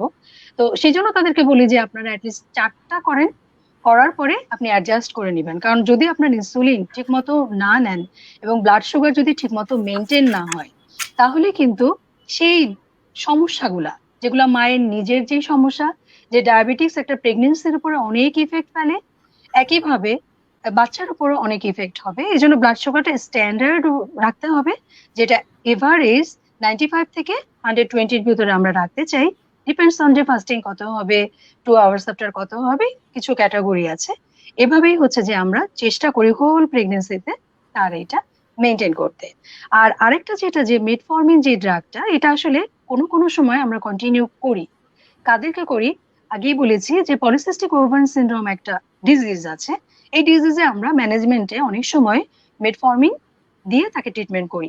এখন যেই পেশেন্টটা মেটফর্মিন খেয়ে আসছিলেন এতদিন এবং এখন তার কনসিভ করেছেন, তখন কিন্তু আমরা তাকে এই মেটফর্মিনটা কন্টিনিউ করি, যে এটা সে কন্টিনিউ করবে। আর কতদিন? আরেকটা যেটা যে কতদিন কন্টিনিউ করবে, এটা best to develop the placenta, যতদিন তৈরি না হয়, ফুল ম্যাচিউর না হয়, ততদিন পর্যন্ত বলি। পাশাপাশি যদি তার ব্লাড সুগারটা রেইজ থাকে, এর সাথে আমরা ইনসুলিনও অ্যাড করতে পারি। তো এভাবে আমরা ওয়েল কন্ট্রোল ভাবে তাকে এটা করি। এবং যেটা যে এই সময় হচ্ছে যে ম্যানেজমেন্ট তো শুধু আসলে ডায়াবেটিস দিলে হবে তা না, এখানে কিন্তু আরো কিছু জিনিস আছে যে বাচ্চার দিকেও আমাদেরকে খেয়াল করতে হবে, যেটা অ্যাজ এ অবস্টেটিশিয়ান আমরা তখন বাচ্চার ফলো আপটাও কিন্তু খুব ভালোভাবে করি। এবং সেখানেও কিছু স্পেশাল ইনভেস্টিগেশন আছে যেগুলো আমাদেরকে করতে হয়, কারণ আমরা জানি যে এটা থেকে হচ্ছে গিয়ে বাচ্চার অনেকগুলা ডিফেক্ট হয়, যেমন নিউরো, সব সিস্টেম, যেহেতু এটা একটা মেটাবলিক ডিসঅর্ডার, এবং তার সব ধরনের সিস্টেমেই কিন্তু প্রবলেম হয় বাচ্চাটার, মায়েরও হয়, বাচ্চাটার বেশি হয়, যেটা ডক্টর আরিফিন উল্লেখ করেছে। কিন্তু আমি একদম উল্লেখ না করলেই পারি না যে যেটা যে বাচ্চাটার যে নিউরো নার্ভাস সিস্টেমের যে প্রবলেম গুলা, যে নিউরাল টিউব ডিফেক্ট থেকে শুরু করে, যে দেখা যায় যে তার মাথার খুলিটা তৈরি হয় না, তার দেখা যায় যে তালু কাটা, যেটা আমরা ক্লেফট লিপ, ক্লেফট প্যালেট বলি, যে ঠোঁট কাটা, তালু ঠোঁট কাটা, কাটা। এই, জি, জি। হ্যাঁ, এই এই এই সমস্যাগুলা। এবং অনেক সময় দেখা যায় যে তাদের পেছনে যে কর্ডাল সিনড্রোম, যেটা আমরা বলি যে কর্ডাল রিগ্রেশন সিনড্রোম বলি, যেটা যে দেখা যায় উপরের অংশটা তার খুব সুন্দর করে তৈরি হয়েছে, কিন্তু নিচের অংশটা সেরকম করে তৈরি হয়নি, এগুলা। হুম। আর আরো বেশি এভাবে যে তার কার্ডিওভাস্কুলার সিস্টেমের যে প্রবলেম গুলা, এটা তো খুবই মারাত্মক। যে তার দেখা যায় যে কনজেনিটাল হার্ট ডিজিজ থাকে, এবং তার ভেন্ট্রিকুলার সেপ্টাল ডিফেক্ট থেকে সব ধরনের প্রবলেম দেখা যায়। তো এই জন্য বাচ্চাটার মনিটরিংটাও হচ্ছে যে খুব ভালোভাবে আমাদেরকে করতে হয়, যেটা বিশেষ আল্ট্রাসনোগ্রামের মাধ্যমে আমরা করে থাকি। এবং এমনও অনেক সময় দেখা যায় যে আসলে আমাদের ওই অ্যানোমালি স্ক্যান করতে হয় বাচ্চাটার আছে কিনা জি। সেটার জন্য, যেটা প্রেফারেবল টাইম হচ্ছে 18 সপ্তাহ থেকে 22 সপ্তাহ, সাধারণত 20 সপ্তাহে করা হয়। কারণ যখন দেখা যায় যে একদম ম্যাক্রো একটা, মানে গ্রস একটা অ্যানোমালি যদি থাকে, আর এই বাচ্চাটাকে যদি এই মাটা ডেলিভারি করাতে যান, তাহলে আসলে সেটা তার জন্য একটা বার্ডেনই হয়ে যাবে। তো তখন হয়তো বা অনেক সময় সিদ্ধান্তে আসতে হয় যে ডিসকন্টিনিউ অফ দ্য প্রেগনেন্সি। তো এই জন্য আসলে যে অনেক ইনভেস্টিগেশন যেমন করতে হয়, এবং পাশাপাশি হচ্ছে যে অনেক রিপিটেড তার ফলো আপটা, যেটা অ্যান্টিনেটাল চেক আপ আমরা যে বলছি, যে ওয়ার্ল্ড হেলথ অর্গানাইজেশন বলে যে 14টা ভিজিট করতে, কিন্তু যেই মাটার যে এরকম জিডিএম হয়ে গেল, তার কিন্তু এই অ্যান্টিনেটাল ভিজিট গুলো আরো বেড়ে গেল। যেমন 28 সপ্তাহ পর্যন্ত আগে যদি মান্থলি সে করে থাকে, এখন কিন্তু তাকে আরেকটু রিপিটেডলি আসতে হবে, ইনভেস্টিগেশন গুলো একটু রিপিটেডলি করতে হবে। এবং এর সাথে তাকে অ্যাসোসিয়েটেড আরো অনেক প্রবলেম দেখা যেতে পারে। দেখা যায় যে কারো আগে থেকে হাইপারটেনশন ছিল, অথবা হচ্ছে যে এই ডায়াবেটিসের জন্য তার এখন হাইপারটেনশনের দিকে গিয়ে প্রিএক্লাম্পসিয়া একটা ডিজিজ আছে, এদিকেও সে যেতে পারে। তো সেই জন্য আসলে তার ফলো আপ গুলো খুব সুন্দরভাবে হতে হয়। এবং এই জন্য দেখা যায় যে এই মাটার কিন্তু এই খরচটা অনেক বেড়ে যায়। তার অ্যান্টিনেটাল চেকআপে তার যে খরচগুলো আগে যেটা ছিল যে একটা ইনভেস্টিগেশন মানে অ্যান্টিনেটালের মিনিমাম যে ইনভেস্টিগেশন গুলো করলেই হতো, একে কিন্তু অনেক বেশি ধরনের ইনভেস্টিগেশন করতে হচ্ছে। তাই তার আসলে ম্যানেজমেন্টটা একটু মানে ব্যয়বহুল। এবং তা সত্ত্বেও কিন্তু প্রত্যেকটা মাই চায় একটা সুস্থ সুন্দর বাচ্চা ডেলিভারি করতে। তখন কিন্তু তারা আসলে তাদের খরচের দিকে ওরকম খেয়াল করে না। এবং আমরা দেখেছি যে আসলে প্যারেন্টস, বাবা মা দুজনেই মানে তাদের সহযোগিতা এত ভালো থাকে যে দেখা যায় যে আলটিমেটলি তেমন কোনো প্রবলেম হয় না। তো এইভাবেই আসলে আমরা ম্যানেজ করে থাকি একটা জিডিএম এর পেশেন্টকে, এবং এভাবে হয়ে আসছে আর কি। হ্যাঁ, আপনাকে অনেক ধন্যবাদ, আপনি খুব সুন্দর করে এক্সপ্লেন করেছেন। আমি আপনাকে কিছু কোশ্চেন করতাম, কিন্তু আমি দেখলাম যে উত্তরগুলো আপনি নিজে থেকেই বলে দিয়েছেন। আমার শেষ কথা যেটা, যে চেক আপ যদি না করে, আমরা যে গ্রামের দিকের রোগীগুলো দেখি অনেক সময় অনেকে চেক আপই করে না পুরো প্রেগনেন্সিতে। তাহলে সেই মায়ের যদি ডায়াবেটিস থাকে, তার সন্তান বিভিন্ন অ্যাবনর্মালিটিস নিয়ে পৃথিবীতে আসতে পারে। সেজন্য আমরা কিন্তু বারবার বলি, আমরা যারা উপজেলা স্বাস্থ্য কমপ্লেক্সের বা জেলা হাসপাতালগুলোতে কাজ করি, চেক আপ যেন মিনিমাম 4টা চেক আপ করে প্রেগনেন্ট অবস্থায়। সেটাও আসলে ঠিক মতো আসেন না। সেটা আমরা বারবার এই কথাটা বলি যে ডেলিভারির পরে 4বার, ডেলিভারির আগে 4বার মিনিমাম। তো চেক আপটার গুরুত্ব কতখানি আপনার কথায় হয়তো আমাদের দর্শকরা বুঝতে পারবেন। আর আমি ডক্টর আরফিন, আমাদের প্রোগ্রাম আমরা কিছুক্ষণের মধ্যে শেষ করে ফেলবো। আমরা কমপ্লিকেশন নিয়ে এখনো কথা বলিনি, ডায়াবেটিসের জটিলতা। আপনি আমাদের একটু জটিলতা সম্পর্কে যদি সহজ ভাষায় বলেন, কি কি হতে পারে আনকন্ট্রোল থাকলে? হ্যাঁ, এখন মূল বিষয়টা হচ্ছে যে আমরা অনেক সময় চেম্বারে রোগী আসলে আমরা বলি যে যার ডায়াবেটিস, অনেক সময় রোগী সচেতন থাকে না, তো এদেরকে একটু বোঝানোর জন্য বলি যে যে যার ডায়াবেটিস আছে তার আর অন্য কোনো শত্রুর দরকার নেই। অর্থাৎ যার ডায়াবেটিস আছে এবং আনকন্ট্রোল, তার কিন্তু শরীরের সব হচ্ছে যে অর্গানই কিন্তু এফেক্টেড হয়ে যাবে আলটিমেটলি। এর কারণ হচ্ছে যে ডায়াবেটিসের যে ঘটনাটা ঘটে সেটা হচ্ছে যে একটা তো আপনার নার্ভের উপর একটা প্রভাব আছে, এবং আরেকটা সবচেয়ে বড় ইম্পর্টেন্ট সেটা হচ্ছে ভেসেলের উপর। তাহলে আমাদের যে ক্যাপিলারি ভেসেলগুলো আছে, মাইক্রো ভেসেল, এই ভেসেলগুলো কিন্তু আপনার শরীরের প্রত্যেকটা অঙ্গের মধ্যে হচ্ছে এই মাইক্রো ভেসেলগুলো আছে। এবং সেই ভেসেলের মধ্যে ওরা যেটা করে যে বেসমেন্ট মেমব্রেন থিকেনিং, যে একটা থিকেনিং হয় সেটা হয়, এবং হচ্ছে মাইক্রো থ্রম্বাই তৈরি হয় আপনার হচ্ছে যে এই ক্যাপিলারি গুলোর মধ্যে। ফলে হবে কি, আপনার ওই ছোট ছোট রক্তনালীগুলো বন্ধ হয়ে যায় এবং ওই অর্গানের মধ্যে সাপ্লাইটা বন্ধ হয়ে যায়। তাহলে এটা যদি কিডনিতে হয় তো ওনার কিডনি এফেক্টেড হবে, এটা যদি ব্রেনে হয় ওনার ব্রেন এফেক্টেড হবে, এটা যদি হার্টে হয় ওনার হার্ট এফেক্টেড হবে, তো এটা যদি চোখে হয় ওনার চোখ এফেক্টেড হবে।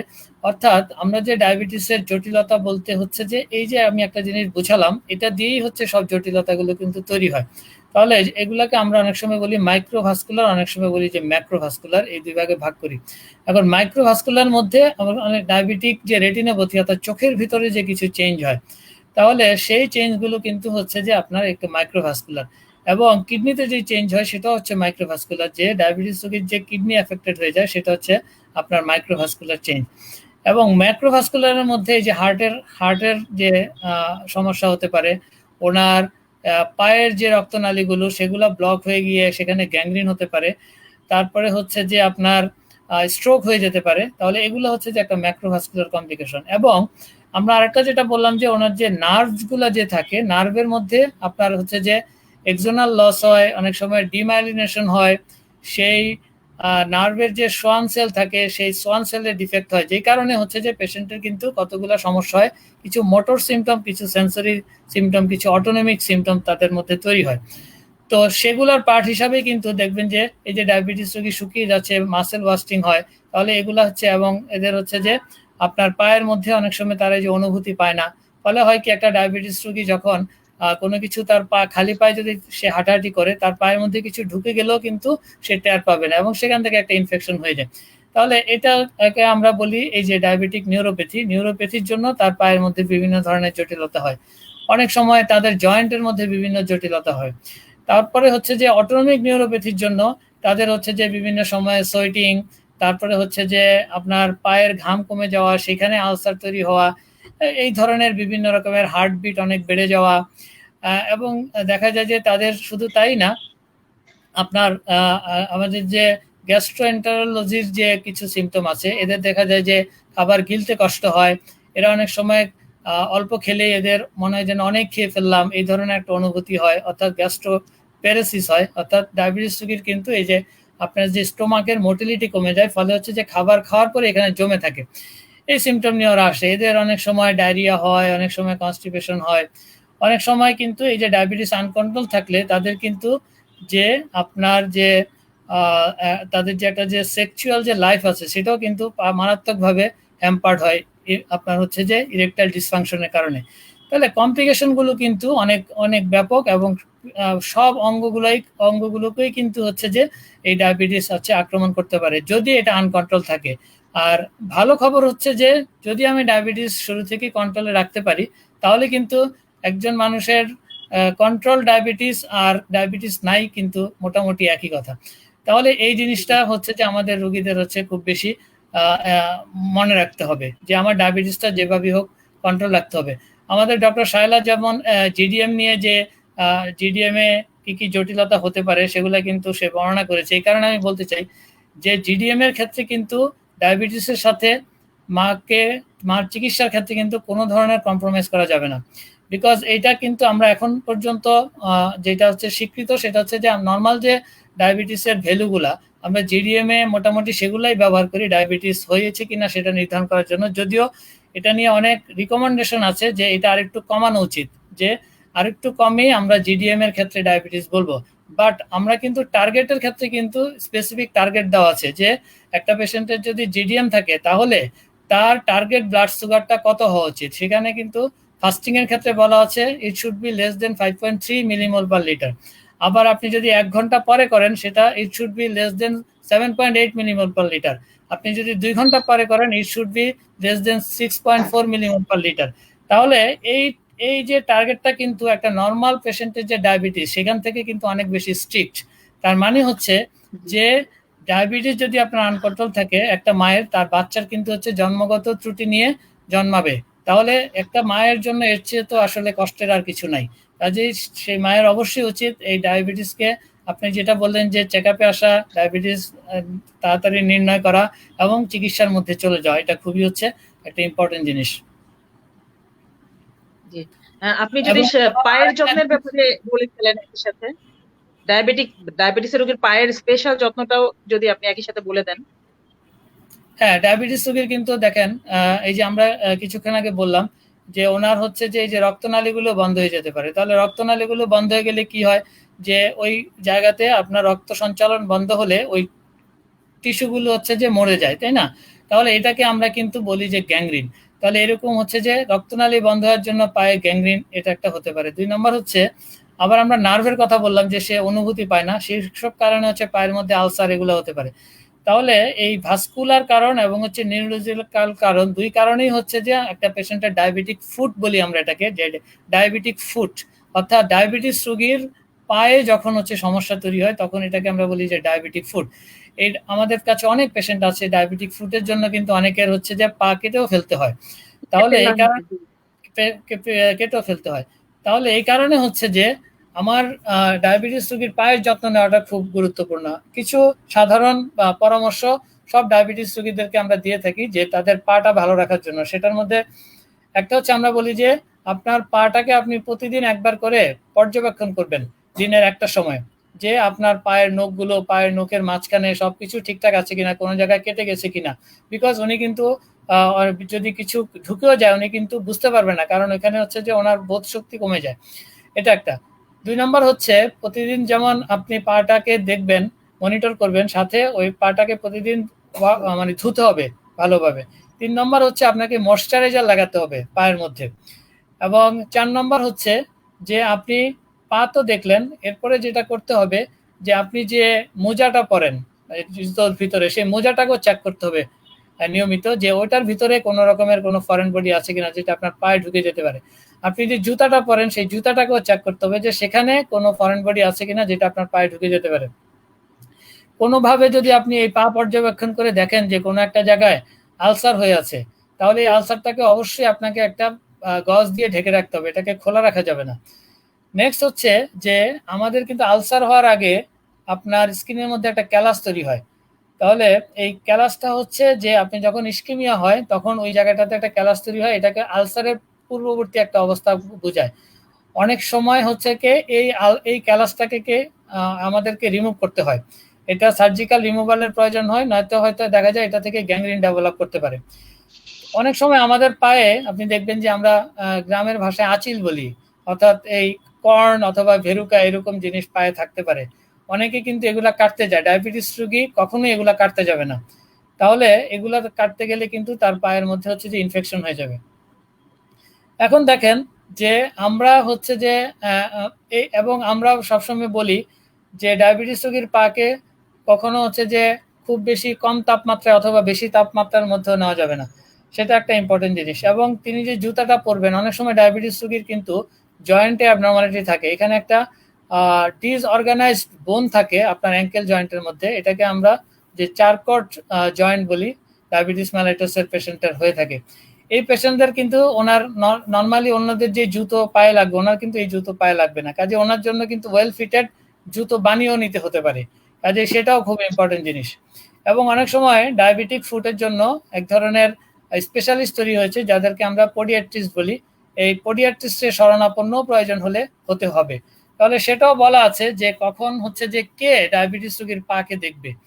এটা হচ্ছে যে আপনি যদি কোনো পেশেন্টের ধরেন ডায়াবেটিক ফুটের মধ্যে আলসার আছে, গ্যাংগ্রিন আছে, সেখানে অ্যাবসেস ফর্মেশন হয়ে আছে, ইনফেকশন আছে, সেই ক্ষেত্রে এবং অ্যাক্টিভ সবগুলো লেশন, সেই ক্ষেত্রে হচ্ছে যে এই পেশেন্টকে একজন স্পেশালিস্ট পোডিয়াট্রিস্ট এই পেশেন্টকে হচ্ছে যে দেখবে, এটা বলা আছে। তাহলে দুই হচ্ছে একটা পেশেন্টের হাতে অ্যাক্টিভ লেশন নাই কিন্তু আগে এগুলো ছিল, অথবা তার আগে একবার পা কোনো একটা আঙ্গুল কেটে ফেলতে হয়েছে, অ্যাম্পুটেশন ছিল, তাদেরকে আমরা বলি হাই রিস্ক পেশেন্ট। তাহলে এই হাই রিস্ক পেশেন্টের মধ্যে আরো আছে যাদের পায়ের পালসেশন নাই অথবা পায়ের হচ্ছে যে বোধ শক্তি নাই, অনুভূতি নাই, এই দুইটাই নাই, এবং হচ্ছে যে তারা হচ্ছে হাই রিস্ক গ্রুপ। আরেকটা হচ্ছে যে তাদের হয়তো বোধ শক্তি নাই অথবা পালস নাই, যে কোনো একটা নাই, কিন্তু তাদের পায়ের মধ্যে যে ক্যালাস ফর্মেশন হয়ে আছে, এরা সবাই হচ্ছে আপনার হচ্ছে হাই রিস্ক গ্রুপ। এই হাই রিস্ক গ্রুপকে হচ্ছে আপনার পোডিয়াট্রিস্ট অ্যানুয়ালি হচ্ছে যে পর্যবেক্ষণ করবে। আর যেসব পেশেন্টের হচ্ছে আপনার ধরেন পালসও নর্মাল আছে এবং হচ্ছে যে তার পায়ে অনুভূতি ঠিক আছে, তাদেরকে হচ্ছে নর্মাল ফিজিশিয়ানই হচ্ছে প্রতি বছর বছর ফলো আপ করবে। তাহলে এইভাবেও কিন্তু বলা আছে। এইভাবে এই জন্য আমি ডায়াবেটিস রোগীদেরকে অবশ্যই বলবো যে ওনারা যেন ওনাদের পায়ের যত্নটা খুব ভালোভাবে নেয়। খালি পায়ে থাকা যাবে না, এই খালি কথাটাও পায়ে আমরা থাকা বলবো। যাবে না, এটা খুব ইম্পর্টেন্ট জিনিস। হ্যাঁ, খালি পায়ে থাকলেই কিন্তু ওই যে ফরেন বডি ঢুকে যাওয়ার একটা সম্ভাবনা থাকে, কাজে ডায়াবেটিস এবং রোগী খালি পায়ে ডায়াবেটিসের রোগীদের অনুভূতি কম থাকে, অনেক সময় তাদের আপনি যেটা বললেন যে অনুভূতি কম থাকে, যে হয়তো কোনো ইনজুরি আছে তারা টের পায় না, ব্যথাটা কম থাকে তাদের। জি জি, এই কারণে হচ্ছে প্রতিদিন একবার করে নিজের পাটা পর্যবেক্ষণ করতে হবে। আপনাকে অনেক ধন্যবাদ, খুব সুন্দর করে বলেছেন, আমি নিজেও খুব ভালো বুঝতে পেরেছি ব্যাপারটা। আমরা নেক্সট কোশ্চেনে যাব, আর দুই একটা কোশ্চেন আমি করব। স্ক্রিনে যদি একটু কাইন্ডলি দেখেন ডক্টর জুয়েল, আপনার জন্য একটা কোশ্চেন আছে। এখানে একটা কোশ্চেন আমি দেখতে পাচ্ছি যে ব্লাড সুগার ভরা পেটে 8.4 থেকে 8.6, সেক্রিন 2 খাচ্ছে, আচ্ছা এখন ভরা পেটে 6.4 থাকে, আমি ওষুধ চালিয়ে যাব। হ্যাঁ ঠিকই আছে আপনার হচ্ছে যে, তাহলে এইখান থেকে আমি একটা জিনিসে একটু ঢুকি, সেটা হচ্ছে যে আমাদের ব্লাড সুগারের আমি গেস্টেশনাল ডায়াবেটিসের পেশেন্টের টার্গেটটা বললাম, তাহলে একটা নর্মাল পেশেন্টের আমার ব্লাড সুগারের টার্গেটটা আসলে কত এটা জানা দরকার। এটা আমরা বলি যে ফাস্টিং হচ্ছে আপনার, অর্থাৎ খালি পেটে ব্লাড সুগারটা থাকা উচিত 4.4 থেকে 7.2, এবং ভরা পেটে এটা থাকা উচিত 10-এর নিচে, অর্থাৎ যে এটা আপনার আমরা বলি অনেক সময় বলি 6 থেকে আপনার হচ্ছে 9, তাহলে এর মধ্যে ওনার দেখেন এই যে 10-এর নিচে আছে এবং 6 থেকে 9-এর মধ্যে আছে, তার মানে উনি ওনার ডায়াবেটিসটা খুব ভালোই কন্ট্রোল আছে। উনি ওষুধটা খাচ্ছে সেক্রিন 2, উনি খেতে পারে, তবে তবে এখানে একটা কথা আমি বলি, সেক্রিন এটা হচ্ছে আপনার গ্লিমেপ্যারাইড, এই এই এই জাতীয় হচ্ছে, এগুলো হচ্ছে সালফোনাইলুরিয়া জাতীয় ওষুধ। এগুলো হচ্ছে ইনসুলিন সিক্রেশন করে, অর্থাৎ ইনসুলিন সিক্রেটগগ ড্রাগ। ইনসুলিন সিক্রেশন যাদের করে, যেসব ড্রাগ করে, তাদের কিন্তু হঠাৎ হঠাৎ আপনার ব্লাড গ্লুকোজ ফল করে যেতে পারে। কাজেই উনি হচ্ছে যে এই ওষুধটা অবশ্যই খাওয়ার আগে খায়, এবং উনি কখনো যেন মিল মিস না করে, ওষুধটা খেয়ে যেন উনি খাবারটা খেয়ে ফেলে, তাহলে কিন্তু ওনার হাইপোগ্লাইসেমিয়া হয়ে যেতে পারে। আরেকটা হচ্ছে এই ওষুধটারও কিন্তু আবার কিছু আপনার কি বলে মানে সাস্টেন রিলিজ কিছু ওষুধ আছে, কিছু আছে ফ্রি ওষুধ। অর্থাৎ কিছু হচ্ছে যে সারা দিন ধরে কাজ করে, আর কিছু হচ্ছে যে আপনার ওই সময়টা কাজ করে। তাহলে সারা দিন ধরে যে ওষুধগুলা কাজ করে সাস্টেন রিলিজ, এই ওষুধেরই ওই ফর্মটা খেলে হাইপোগ্লাইসেমিয়ার সম্ভাবনা অনেক কমে যায়। তো উনি এই ওষুধটাই খেতে থাকুক, কোনো অসুবিধা নেই। আমাদের দর্শক নিশ্চয়ই আপনার প্রশ্নের উত্তরে সন্তুষ্ট হবেন। ডক্টর জুয়েল, আমরা করোনাকে বাদ দিয়ে আসলে লাইভ গুলো এখন আমরা করতেই পারি না। আমরা সাম্প্রতিক সময় যেটা দেখতে পাচ্ছি যে করোনা আক্রান্ত পেশেন্ট গুলোর সাথে আসলে আমার অফিস থেকে উপজেলা স্বাস্থ্য কমপ্লেক্স চাঁদপুর সদর, আমরা চাঁদপুরের পৌরসভাতে রোগীর সংখ্যা সবচেয়ে বেশি। এখন পর্যন্ত আমার উপজেলা এবং পৌরসভায় শনাক্ত হয়েছে 1039 জন, আর টোটাল চাঁদপুরে 2503 জনের মতো। তো মানে প্রায় অর্ধেকের কাছাকাছি হচ্ছে আমার আমার দেখাশোনা করতে হচ্ছে বা আমার এরিয়াতে। তো আমি কথা বলে রোগীদের সাথে, আমি এবং আমার চিকিৎসকরা কথা বলে যেটা দেখি যে ডায়াবেটিস যাদের আছে সেই রোগীগুলোকে ম্যানেজ করতে আমাদের একটু হিমশিম খেতে হয়। তাদের চিকিৎসার প্যাটার্নটা একটু অন্যরকম এবং তারা একটু আতঙ্কিতও থাকে। করোনা আক্রান্ত রোগীরা যদি আগে থেকে ডায়াবেটিক হয়, সেক্ষেত্রে তাদের তাদের আমরা কিভাবে ম্যানেজ করতে পারি, কি ধরনের আশ্বাস দিতে পারি, বা তারা কি হসপিটালে থাকবে না বাসায় চিকিৎসা করা যায়, এই সম্পর্কে আপনি আমাদের দর্শকদের উদ্দেশ্যে কিছু বলুন। হ্যাঁ, খুব সুন্দর প্রশ্ন। এটা হচ্ছে যে যখন একটা পেশেন্টের ধরেন ডায়াবেটিস থাকে এবং তার সাথে তিনি করোনায় আক্রান্ত হন, তখন কিন্তু হচ্ছে যে আমরা বলি যে ওনার কোভিড-19 পজিটিভ উইথ কোমরবিডিটি। অর্থাৎ আমরা যে হাসপাতাল, আপনি যে কথাটা বলেছেন, উনি কি বাসায় থাকবে না হাসপাতালে ভর্তি হবে, তাহলে হাসপাতালে ভর্তি হওয়ার জন্য আমরা কিছু ডায়াগনস্টিক ক্রাইটেরিয়া সেট করেছি। এর মধ্যে আপনার যদি কোনো পেশেন্টের ধরেন মাইল্ড সিমটম আছে, তারা তো বাসায় থাকবে কোভিডের ক্ষেত্রে, কিন্তু মাইল্ড সিমটম আছে, সাথে হচ্ছে আপনার কোমরবিডিটি আছে। কোমরবিডিটির মধ্যে হাইপারটেনশন হতে পারে, ডায়াবেটিস হতে পারে, আপনার হার্টের অসুখ হতে পারে, কিডনির অসুখ হতে পারে, ওনার হয়তো কোনো ক্যান্সার আছে, অথবা উনি কেমোথেরাপি পায়, উনি হয়তো কোনো ইমিউনোসাপ্রেস ড্রাগ পান। এই ধরনের পেশেন্ট কিন্তু হচ্ছে যে আমরা বলি যে কোমরবিডিটি। তাহলে আপনার কোমরবিডিটি আছে সাথে করোনা, এই ধরনের পেশেন্টকে আমরা কিন্তু হসপিটালে ভর্তি হতে বলি। এক। 2 নম্বর কথা হচ্ছে যেই জিনিসটা খুব ইম্পর্টেন্ট, করোনা কিন্তু দেখেন আপনার 85 থেকে 90% মানুষ সাধারণত মাইল্ড সিমটম নিয়ে ভালো হয়ে যায়। তাহলে বাকি আপনার 15 থেকে 20% মানুষ হচ্ছে যে দেখা যায় জটিলতায় ভুগে। এখানে যে জটিলতাগুলো বেশি হয় তার মধ্যে একটা হচ্ছে যে আপনি জানেন যে কোভিডে যে নিউমোনিয়া হয়, সিভিয়ার নিউমোনিয়া হয়, সেটা তো একটা আছে, কিন্তু মানুষ একদম খারাপ হয়ে যায়, মারা যায়। এগুলো হয় সাধারণত হচ্ছে যে ভেসেলের ভিতরে যখন থ্রোম্বাই ফরমেশন হয়, অর্থাৎ থ্রোম্বোএম্বলিজম থেকে। অনেক পেশেন্ট এই যে পালমোনারি আর্টারিতে থ্রোম্বোএম্বলিজম হয়ে, পালমোনারি এম্বলিজম হয়ে মারা যায়। অনেক পেশেন্টের বিভিন্ন আর্টারির মধ্যে থ্রোম্বোএম্বলিজমে কিডনি খারাপ হয়ে যায়, হার্ট খারাপ হয়ে যায়, ব্রেন খারাপ হয়ে যায়, এই ধরনের সমস্যা। আপনি দেখেন, আমরা একটু আগে ডায়াবেটিসের ক্ষেত্রে বলেছিলাম যে তাদেরও কিন্তু এই যে মাইক্রো ভেসেল এবং ম্যাক্রো ভেসেলকে হচ্ছে যে ইনভলভমেন্ট করে। তাহলে দেখেন, অর্থাৎ ডায়াবেটিস তো এমনিতেই হচ্ছে যে মাইক্রোথ্রম্বাই ফরমেশন করে আপনার হচ্ছে যে ভেসেলের ভিতরে, আর করোনাতে এই মাইক্রোথ্রম্বাই ফরমেশনের পরিমাণও বেড়ে যায়। তাহলে দেখেন, দুইটা জিনিস যখন একসাথে হয়, তার মানে এটা খুবই হাই রিস্কি পেশেন্ট। এই জন্য এই ধরনের পেশেন্টকে কিন্তু আপনার এই যে রক্ত পাতলা করার, আমি মানে লেম্যানদের ভাষার মতো করে বলছি যে ইঞ্জেকশন দিতে হয়। এবং ওনাদের কিন্তু অন্য রিপোর্ট ভালো থাকলেও যদি কোমরবিডিটি থাকে, তাহলে কিন্তু আমরা এই যে ইঞ্জেকশনগুলোকে আপনার প্রোফাইলেক্টিক ডোজে দিয়ে ফেলি, যাতে এই ধরনের থ্রোম্বাস ফরমেশন না হয়। তাহলে এটা একটা। নেক্সট হচ্ছে ডায়াবেটিস রোগীর মূল কথা হচ্ছে যে করোনা আক্রান্ত হলে ডায়াবেটিস রোগীর ডায়াবেটিসটাকে স্ট্রিক্টলি কন্ট্রোল করতে হবে, কোনোভাবে এটাকে আনকন্ট্রোল রাখা যাবে না। আনকন্ট্রোল রাখলেই কিন্তু উনি হচ্ছে যে এই যে থ্রোম্বোএম্বলিজম জনিত জটিলতার মধ্যে পড়ে যাবে। আর নেক্সট হচ্ছে যে এখানে ওষুধের ব্যাপারে একটা জিনিস আছে, সেটা হচ্ছে যে ম্যাটফর্মিন যে ওষুধটা, এটা কিন্তু হচ্ছে ডায়াবেটিসের জন্য সবচেয়ে শ্রেষ্ঠ ওষুধ। আপনি আমেরিকান ডায়াবেটিক অ্যাসোসিয়েশন, আপনি যত ধরনের চিকিৎসায় বলেন এর মধ্যে ম্যাটফর্মিন থাকবেই। ম্যাটফর্মিন হচ্ছে সবচেয়ে ভালো ওষুধ। তো অনেক পেশেন্টই এই ম্যাটফর্মিন পেয়ে থাকে। এখন যখন একটা পেশেন্টের কোভিড হয়, ম্যাটফর্মিনের একটা সাইড ইফেক্ট আছে, সেটা হচ্ছে যে আপনার ল্যাকটিক অ্যাসিডোসিস করে। যখন একটা পেশেন্টের কোভিড হয় তখন এই পেশেন্টগুলোর আপনারা জানেন যে অক্সিজেন স্যাচুরেশন কমে যেতে পারে। তো অক্সিজেন স্যাচুরেশন কমে যাওয়া মানে হচ্ছে তার মধ্যে একটা হাইপোক্সেমিয়া হওয়া। এই হাইপোক্সেমিয়াও হচ্ছে আপনার ল্যাকটিক অ্যাসিডোসিস ডেভেলপ করতে পারে। যেই কারণে যে সকল কোভিড পেশেন্টের হাইপোক্সেমিয়া আছে, অক্সিজেন স্যাচুরেশন কমে গেছে, তাদের তাদের ওষুধের লিস্ট থেকে আমরা এই ম্যাটফর্মিনকে সরিয়ে ফেলি। এই কারণে হচ্ছে যে ম্যাটফর্মিন ওষুধটা আমরা দিব কি দিব না, এটা হচ্ছে যে চিন্তার একটা ব্যাপার আছে ওই জায়গাটার ক্ষেত্রে।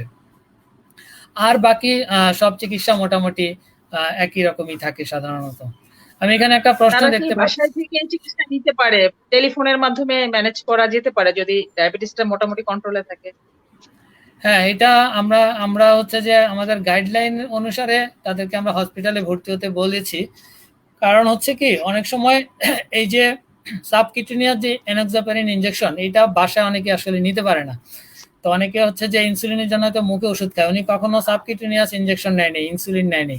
তার জন্য কিন্তু তার নিজের শরীরের মধ্যে একটা নিডেল নিজে ঢুকানো অথবা একটা লেমনের পক্ষে এরকম একটা ইনজেকশন ঢুকানো অনেক সময় সম্ভব হয় না।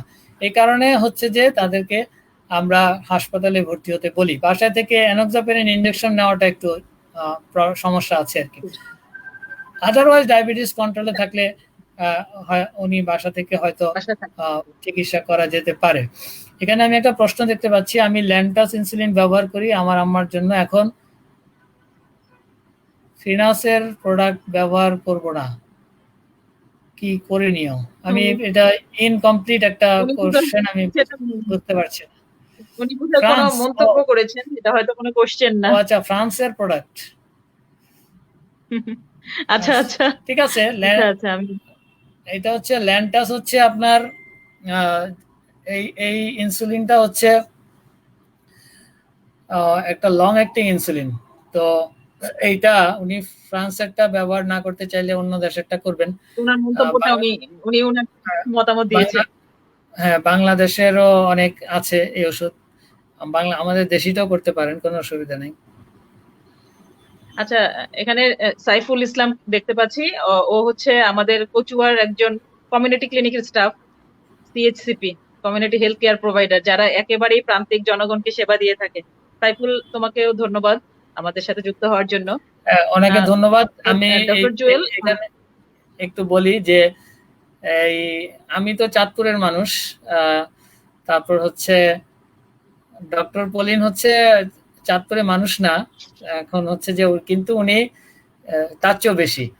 তো উনি দীর্ঘদিন যাবৎ চাঁদপুরে আছে এবং হচ্ছে যে চাঁদপুরের মানুষই হয়ে গেছে। আর আমাদের দুইজনের মাঝখানে যাকে দেখা যাচ্ছে, উনিও কিন্তু আমাদের খুব কাছাকাছি, জাস্ট নদী পার হলে ওনার বাসায় যাওয়া যাবে।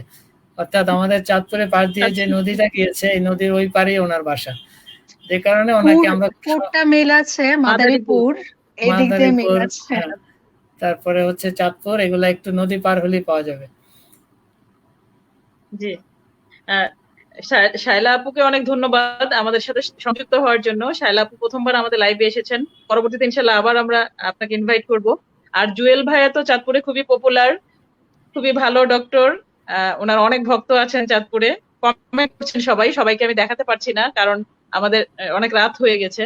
তো আমরা মোটামুটি শেষের দিকে যেতে পারি। শায়লা আপু, আপনার কাছে লাস্ট একটা কোশ্চেন যদি করি, যে করোনা নিয়ে আপনাকেও একটা কোশ্চেন করি, যে এই সময়টাতে আমরা কি, অনেকেই আমাদের কাছে আসে যে তারা কনসিভ করতে চায়, হাজবেন্ড বিদেশে চলে যাবে, এসব যে তাড়াতাড়ি কনসিভ করা দরকার। এই করোনার তো এখনো যায়নি, সেকেন্ড ওয়েভ চলে আসছে কিনা আমরা বুঝতে পারছি না। চাঁদপুরে কিন্তু রোগী বাড়ছে, হয়তো সেকেন্ড ওয়েভ এখনো বলা যাচ্ছে না, কিন্তু পেশেন্ট কিন্তু গত 15-20 দিনে অনেক বেড়ে গেছে।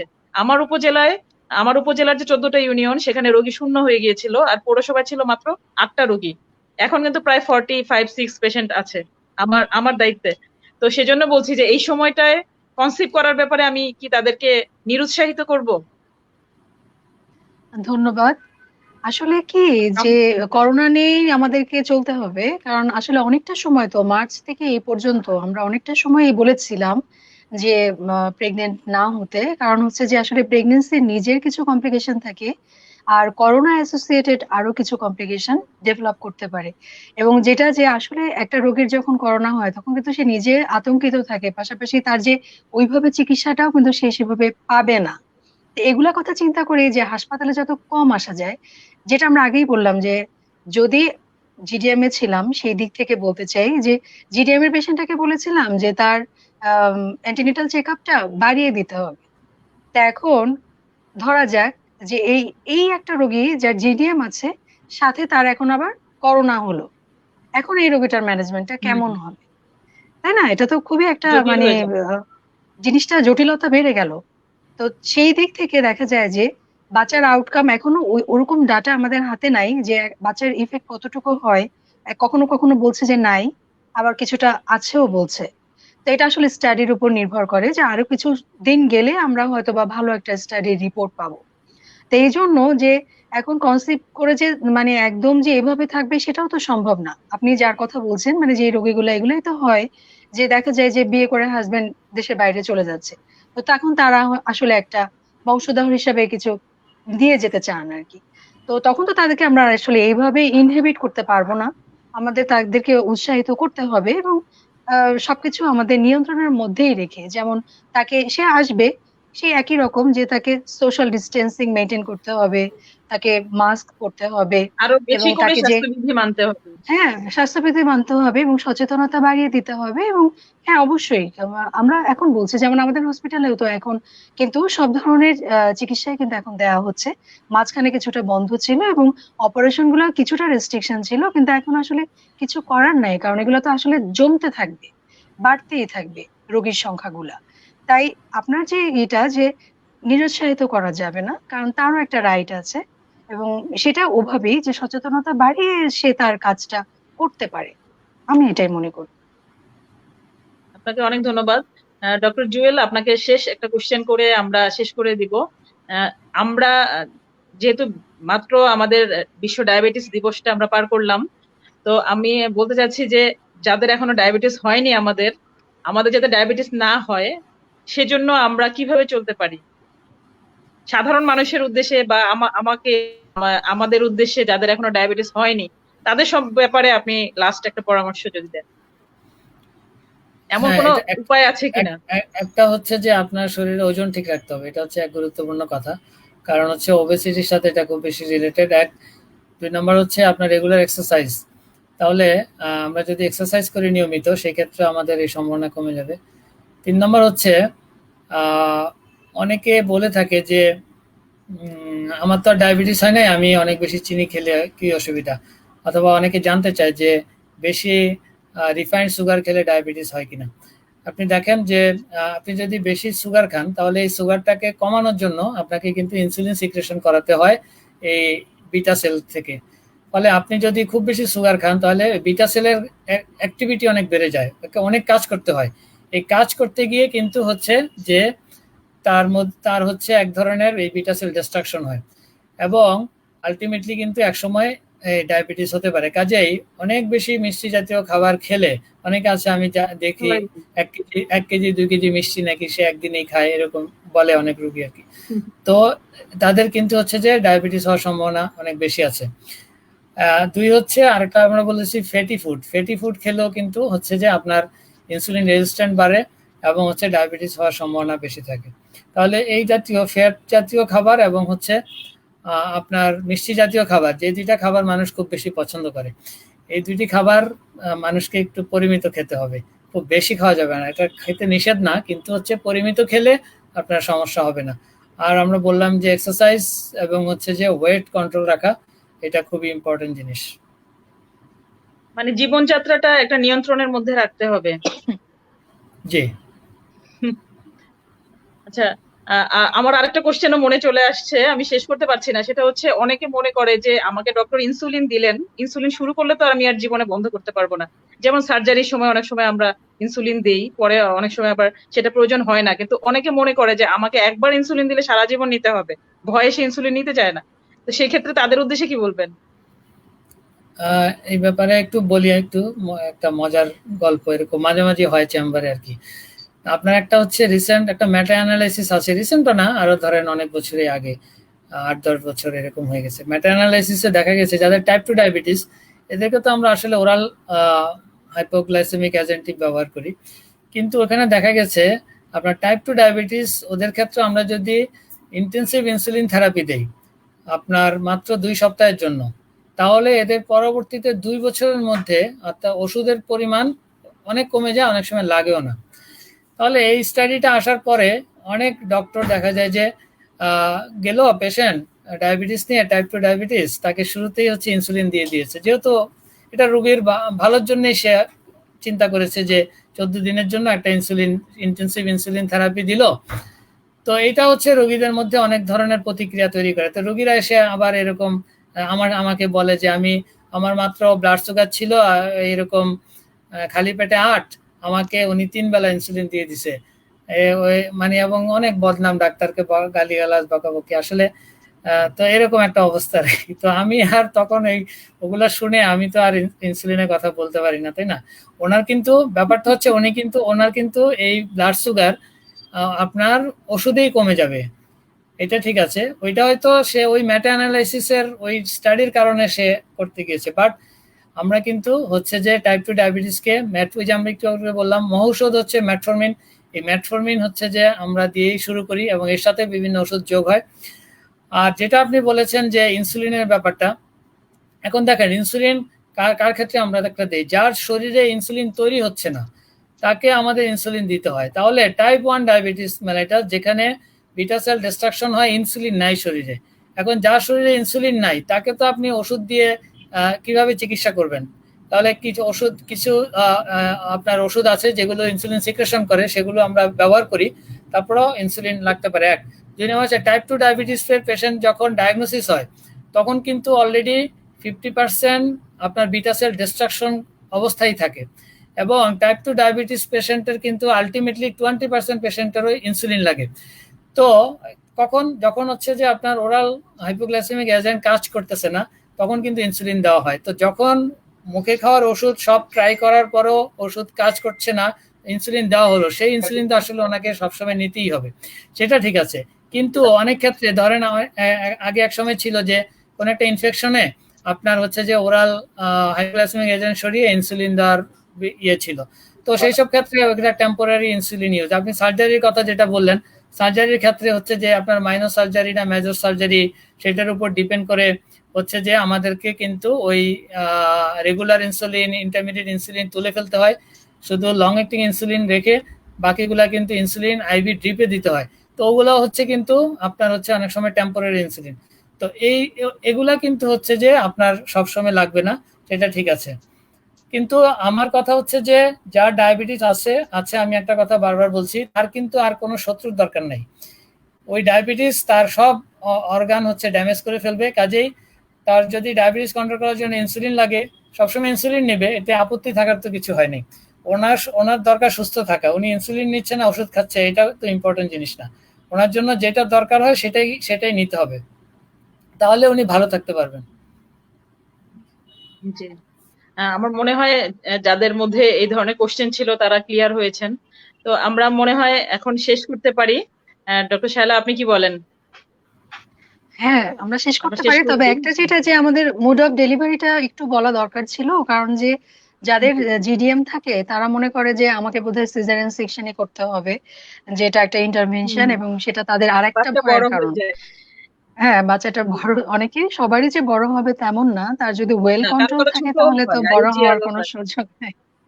হ্যাঁ, তো ওইটাই যে যখন জিডিএম ডায়াগনোসিস হলো মানে পুরো আতঙ্কেই থাকে তারা, এবং প্রথম কোশ্চেনই যে আমাকে কি সিজারই করতে হবে। আবার কখনো কখনো দেখা যায় যে কোনো পেশেন্ট বলে যে আমি কিন্তু নর্মাল ডেলিভারিতে যাব না, আমাকে সিজার করাই দেবেন যেভাবেই পারেন, মানে এরকম হয় বিষয়গুলো। তাই এইটা একটু বলতে চাই যে ডেলিভারি আসলে যদি তার ওয়েল কন্ট্রোল থাকে, যদি সে ইয়াং এজের ভেতরে থাকে এবং তার যদি ব্লাড সুগার নর্মাল লেভেলের ভেতরে থাকে, তাহলে কিন্তু আমরা expected date of the delivery পর্যন্ত কন্টিনিউ করতে পারি প্রেগনেন্সিটাকে, এবং তখন আমরা ভ্যাজানাল ডেলিভারি অ্যালাউ করতে পারি। আর কখনো কখনো দেখা যায় যে আমাদের ইনস্ট্রুমেন্টাল ডেলিভারি দরকার পড়তে পারে, এবং কখনো কখনো আমাদের ইন্ডাকশনও করতে হতে পারে, ডিপেন্ডস অন। এবং দেখা যায় যে যেই পেশেন্ট গুলাকে আমরা দেখা যায় যে সিজারিয়ান সেকশনের জন্য আহ, সিদ্ধান্তে আসতে হয়, তখন কিন্তু আমরা বলি যে 37 কমপ্লিটেড উইকস হলে পরে যে 38 উইকসে আমরা তাদেরকে হচ্ছে যে সিজারিয়ান সেকশনের জন্য রেডি করি। এবং অনেক সময় আমরা আসলে দেখা যায় যে বাচ্চাদের লাং ম্যাচুরিটিটা ঠিক মতো হয় না, এবং ওই সময় আমাদেরকে ডেক্সামেথাসোন একটা ড্রাগ আছে যেটা আমাদেরকে ইউজ করতে হয়, মাকে হচ্ছে যে ইনজেকশনের মাধ্যমে দিয়ে এটা রুটিনলি আসলে প্র্যাকটিস করা হয়। তবে একটা খারাপ দিকও আছে, যে দেখা যায় যে অনেক সময় যারা এরকম প্রাইভেট প্র্যাকটিস করছেন তারা কিন্তু এই ডোজ রিপিটেডলি দিতে থাকেন, কিন্তু এটা কিন্তু একটা মা একবারই পাবে, একবারই তার ওই ডোজটা কমপ্লিট হবে। কিন্তু দেখা যায় যে যখনই বাচ্চা নড়াচড়া কম দেখতেছে, তখনই তারা হচ্ছে জি যে জি ওই শিডিউল অনুযায়ী 2-3 বার এই ড্রাগটা দিয়ে দিচ্ছে, কিন্তু আসলে কিন্তু বেনিফিট একই থাকবে, বাড়বে না। তো তার জাস্ট মানে এতটুকু দৃষ্টি নেওয়া বোঝানোর উচিত যে জন্য। সে আগে অন্য কোনো হসপিটালে এটা পেয়ে এসেছে কিনা, এটা জিজ্ঞাসা হ্যাঁ, করা উচিত, পেপারস গুলো দেখা উচিত, প্রেসক্রিপশন দেখা গুলো। উচিত, এবং কারো হ্যাঁ অবশ্যই সেটা ফলো করা উচিত। এবং এই জন্য আসলে আমাদের ডকুমেন্টেশনের জিনিসটার প্রতি এমফাসিস দিতে হবে, যে অনেক সময় দেখা যায় কি যে রোগীটা থাকতে চাচ্ছে না, তখন ডিওআরবি দিয়ে তার কোনো কি কি মেডিকেশন দিল, কি করলো, কিছুই লিখে দিল না। তো এটা তো আসলে জি খারাপ, এটা যে উনি কি করলো আমি কিন্তু সেটা বুঝতে পারলাম না, তো তখন আমাকে যেটা অ্যাজ এ প্রোটোকল আমাকে দিতে হচ্ছে, কিন্তু এটা তো আসলে রোগীর জন্য কিছুটা খারাপই হবে। বিশেষ করে যে খারাপ পেশেন্টের পরিস্থিতি হবে। জিডিএম আছে, তাকে যদি আমি ডেক্সামিথোসন অথবা বেটামিথোসন রিপিটেডলি দেই, তাহলে কিন্তু তার ব্লাড সুগারটা বেড়ে যাবে, যেটা তার জন্য খারাপ হবে। তো এই জন্য আসলে ডকুমেন্টেশনটা খুব ইম্পর্টেন্ট। এটা আমাদের সব লেভেলে, যেমন আপনাদের উপজেলা লেভেলে এটা আসলে বেশি করে মেনটেন করা উচিত, যে কোনো সেক্টরেই যে ডকুমেন্টেশনটা ভালো করে মেনটেন করতে হবে এবং খাতায় খুব সুন্দর করে সেটা লিখে দিতে হবে। এবং রেফারেলের ক্ষেত্রেও ইন ডিটেলস যে সে কি পেয়েছিল, কি কি আমরা দিয়ে কি কি পেয়ে আসছে, সেই জিনিসগুলা। তো এতটুকুই আমি একটু বলতে চাচ্ছিলাম আর কি। খুব গুরুত্বপূর্ণ একটা কথা যোগ করেছেন, এটা আমি মিস করে গিয়েছিলাম। আপনাকে অনেক ধন্যবাদ আপু। তাহলে আমরা বোধহয় শেষের দিকে চলে এসেছি। আহ, আমরা তাহলে দর্শকদের কাছ থেকে বিদায় নিয়ে নিব। আমি শেষ করে দিচ্ছি তাহলে আজকের মতো। প্রিয় দর্শক, আমরা জি, জন্য আমাদের অতিথিরা আপনার জি, ডক্টর জুয়েল এবং ডক্টর শায়লা, আপনারা আমাদের দর্শকদের উদ্দেশ্যে কিছু বলে আপনারা বিদায় নিয়ে নেন, তারপর আমিও বিদায় নিয়ে নিচ্ছি। না, ঠিক আছে, এতক্ষণ যারা কষ্ট করে আমাদের সাথে ছিলেন রাত জেগে, তাদের সবাইকে ধন্যবাদ। নিশ্চয়ই ভবিষ্যতে আবার দেখা হবে, সেই পর্যন্ত ভালো থাকবেন। আর আমি বিশেষভাবে ধন্যবাদ জানাচ্ছি যে ডক্টর সাজিদা পলিনকে, যে যে একজন আসলেই সার্থক উপজেলা health and family planning officer, যে হচ্ছে যে তার উপজেলাকে খুব সুন্দরভাবে মেনটেন করছে, এবং সে যে স্ট্যাটিস্টিকটা আমাদেরকে দিল যে করোনার হচ্ছে যে পুরা জেলাতে যতটুকু, তার উপজেলাতে তার অর্ধেকেরও বেশি। তাহলে জি, আসলে এই সে যে কতটা পৌরসভাটা আমার এখানে ইনক্লুডেড, সদরের পৌরসভাটাতে আসলে রেড জোন ছিল, এটা আমার দায়িত্ব ও, এলাকার মধ্যে পড়ে গেছে। আপনি মানে খুবই নিষ্ঠার সাথে কাজ করছেন। এবং হচ্ছে যে আমার একটা কোয়েশ্চেন, যে আসলে আপনাদের এখানে টেস্ট কোথায় হয়? আপনার লেভেলে তো হচ্ছে না, এটা কি জেলাতে হচ্ছে? টেস্ট আমাদের গুলো কিভাবে আসলে হচ্ছে? প্রথম দিকে আমাদের ঢাকায় পাঠাতে হতো, কিন্তু আমাদের মাননীয় শিক্ষামন্ত্রী মহোদয় আমাদেরকে হচ্ছে চাঁদপুরই এটা পিসিআর ল্যাব উপহার দিয়েছেন এবং সেন্ট্রাল অক্সিজেন উপহার দিয়েছেন। মাশাআল্লাহ। তো প্রায় চার আপনাদের পাঁচ পাঁচ প্রত্যেক মাস দিন হয়ে গেছে। কয়টা টেস্ট হয়, মানে প্রতিদিন জাস্ট? এখন এখন এভারেজ অ্যারাউন্ড 50-45 এমন 50? হচ্ছে। সেজন্য যে কনগ্রাচুলেশনস, আপনারা আসলে অনেক কষ্ট করছেন, এবং আপনার উত্তর উত্তর আরো সমৃদ্ধ হোক এই কামনা করেই আমি এখানে শেষ করতে চাচ্ছি। শুভরাত্রি। আপনাদেরকে অনেক ধন্যবাদ এত রাত পর্যন্ত। আপনারা, আমি জানি অনেক ব্যস্ত, তারপরেও একটু লেট করে হলেও আমাদেরকে অনেকটুকু সময় দিয়েছেন। আপনাদেরকে ধন্যবাদ জানাচ্ছি। আর আমি দর্শকদের উদ্দেশ্যে বলতে চাই, প্রিয় দর্শক, আমরা আজকে অনেক কিছু জানতে পারলাম ডায়াবেটিস সম্পর্কে। আর এটাও জানতে পারলাম যে যদি কন্ট্রোলে থাকে তাহলে ডায়াবেটিস তেমন কোনো খারাপ রোগ না।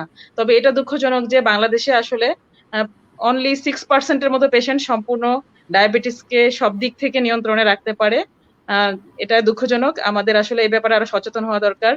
যেটা আমরা বলছিলাম যে অসংক্রামক রোগ বা এনসিডি, নন কমিউনিকেবল ডিজিজ, এর মধ্যে যে প্রধান 4টা রোগ আছে এর মধ্যে ডায়াবেটিস বাংলাদেশের জন্য একটা অন্যতম প্রধান রোগ, যেটার থেকে সময় মতো ডায়াগনোসিস না হলে বিভিন্ন জটিলতা সৃষ্টি হয়। দেখা যায় যে একটা পরিবারে যে একজন মানুষই উপার্জনক্ষম আছে, তিনি যদি ডায়াবেটিসের কারণে মারা যান বা প্যারালাইজড হন বা অক্ষম হয়ে যান, তখন সেই পুরো পরিবারটিকেই খুব বিপদগ্রস্ত হতে হয়, এবং যেটা দেশের জন্য আসলে একটা বিশাল লস। তো আপনাদেরকে আশা করি আজকে লাইভের মাধ্যমে আপনারা কিছুটা হলেও উপকৃত হবেন এবং ডায়াবেটিসের ব্যাপারে আপনাদের মধ্যে সচেতনতা বৃদ্ধি পাবে। আর সবশেষে বলবো, করোনা নিয়ন্ত্রণে রাখার জন্য, চাঁদপুরে করোনা রোগী বাড়ছে, সেকেন্ড ওয়েভ যাতে আসতে না পারে আমাদের নিজেদের প্রত্যেকের দায়িত্ব আছে। আমরা মাস্ক ব্যবহার করব, সামাজিক দূরত্ব বজায় রাখার চেষ্টা করব এবং বারবার সাবান দিয়ে হাত ধুবো। আবারও আপনাদের সবাইকে ধন্যবাদ জানাচ্ছি, অতিথিদের ধন্যবাদ জানাচ্ছি। শুভরাত্রি। আসসালামু আলাইকুম। ওয়ালাইকুম আসসালাম।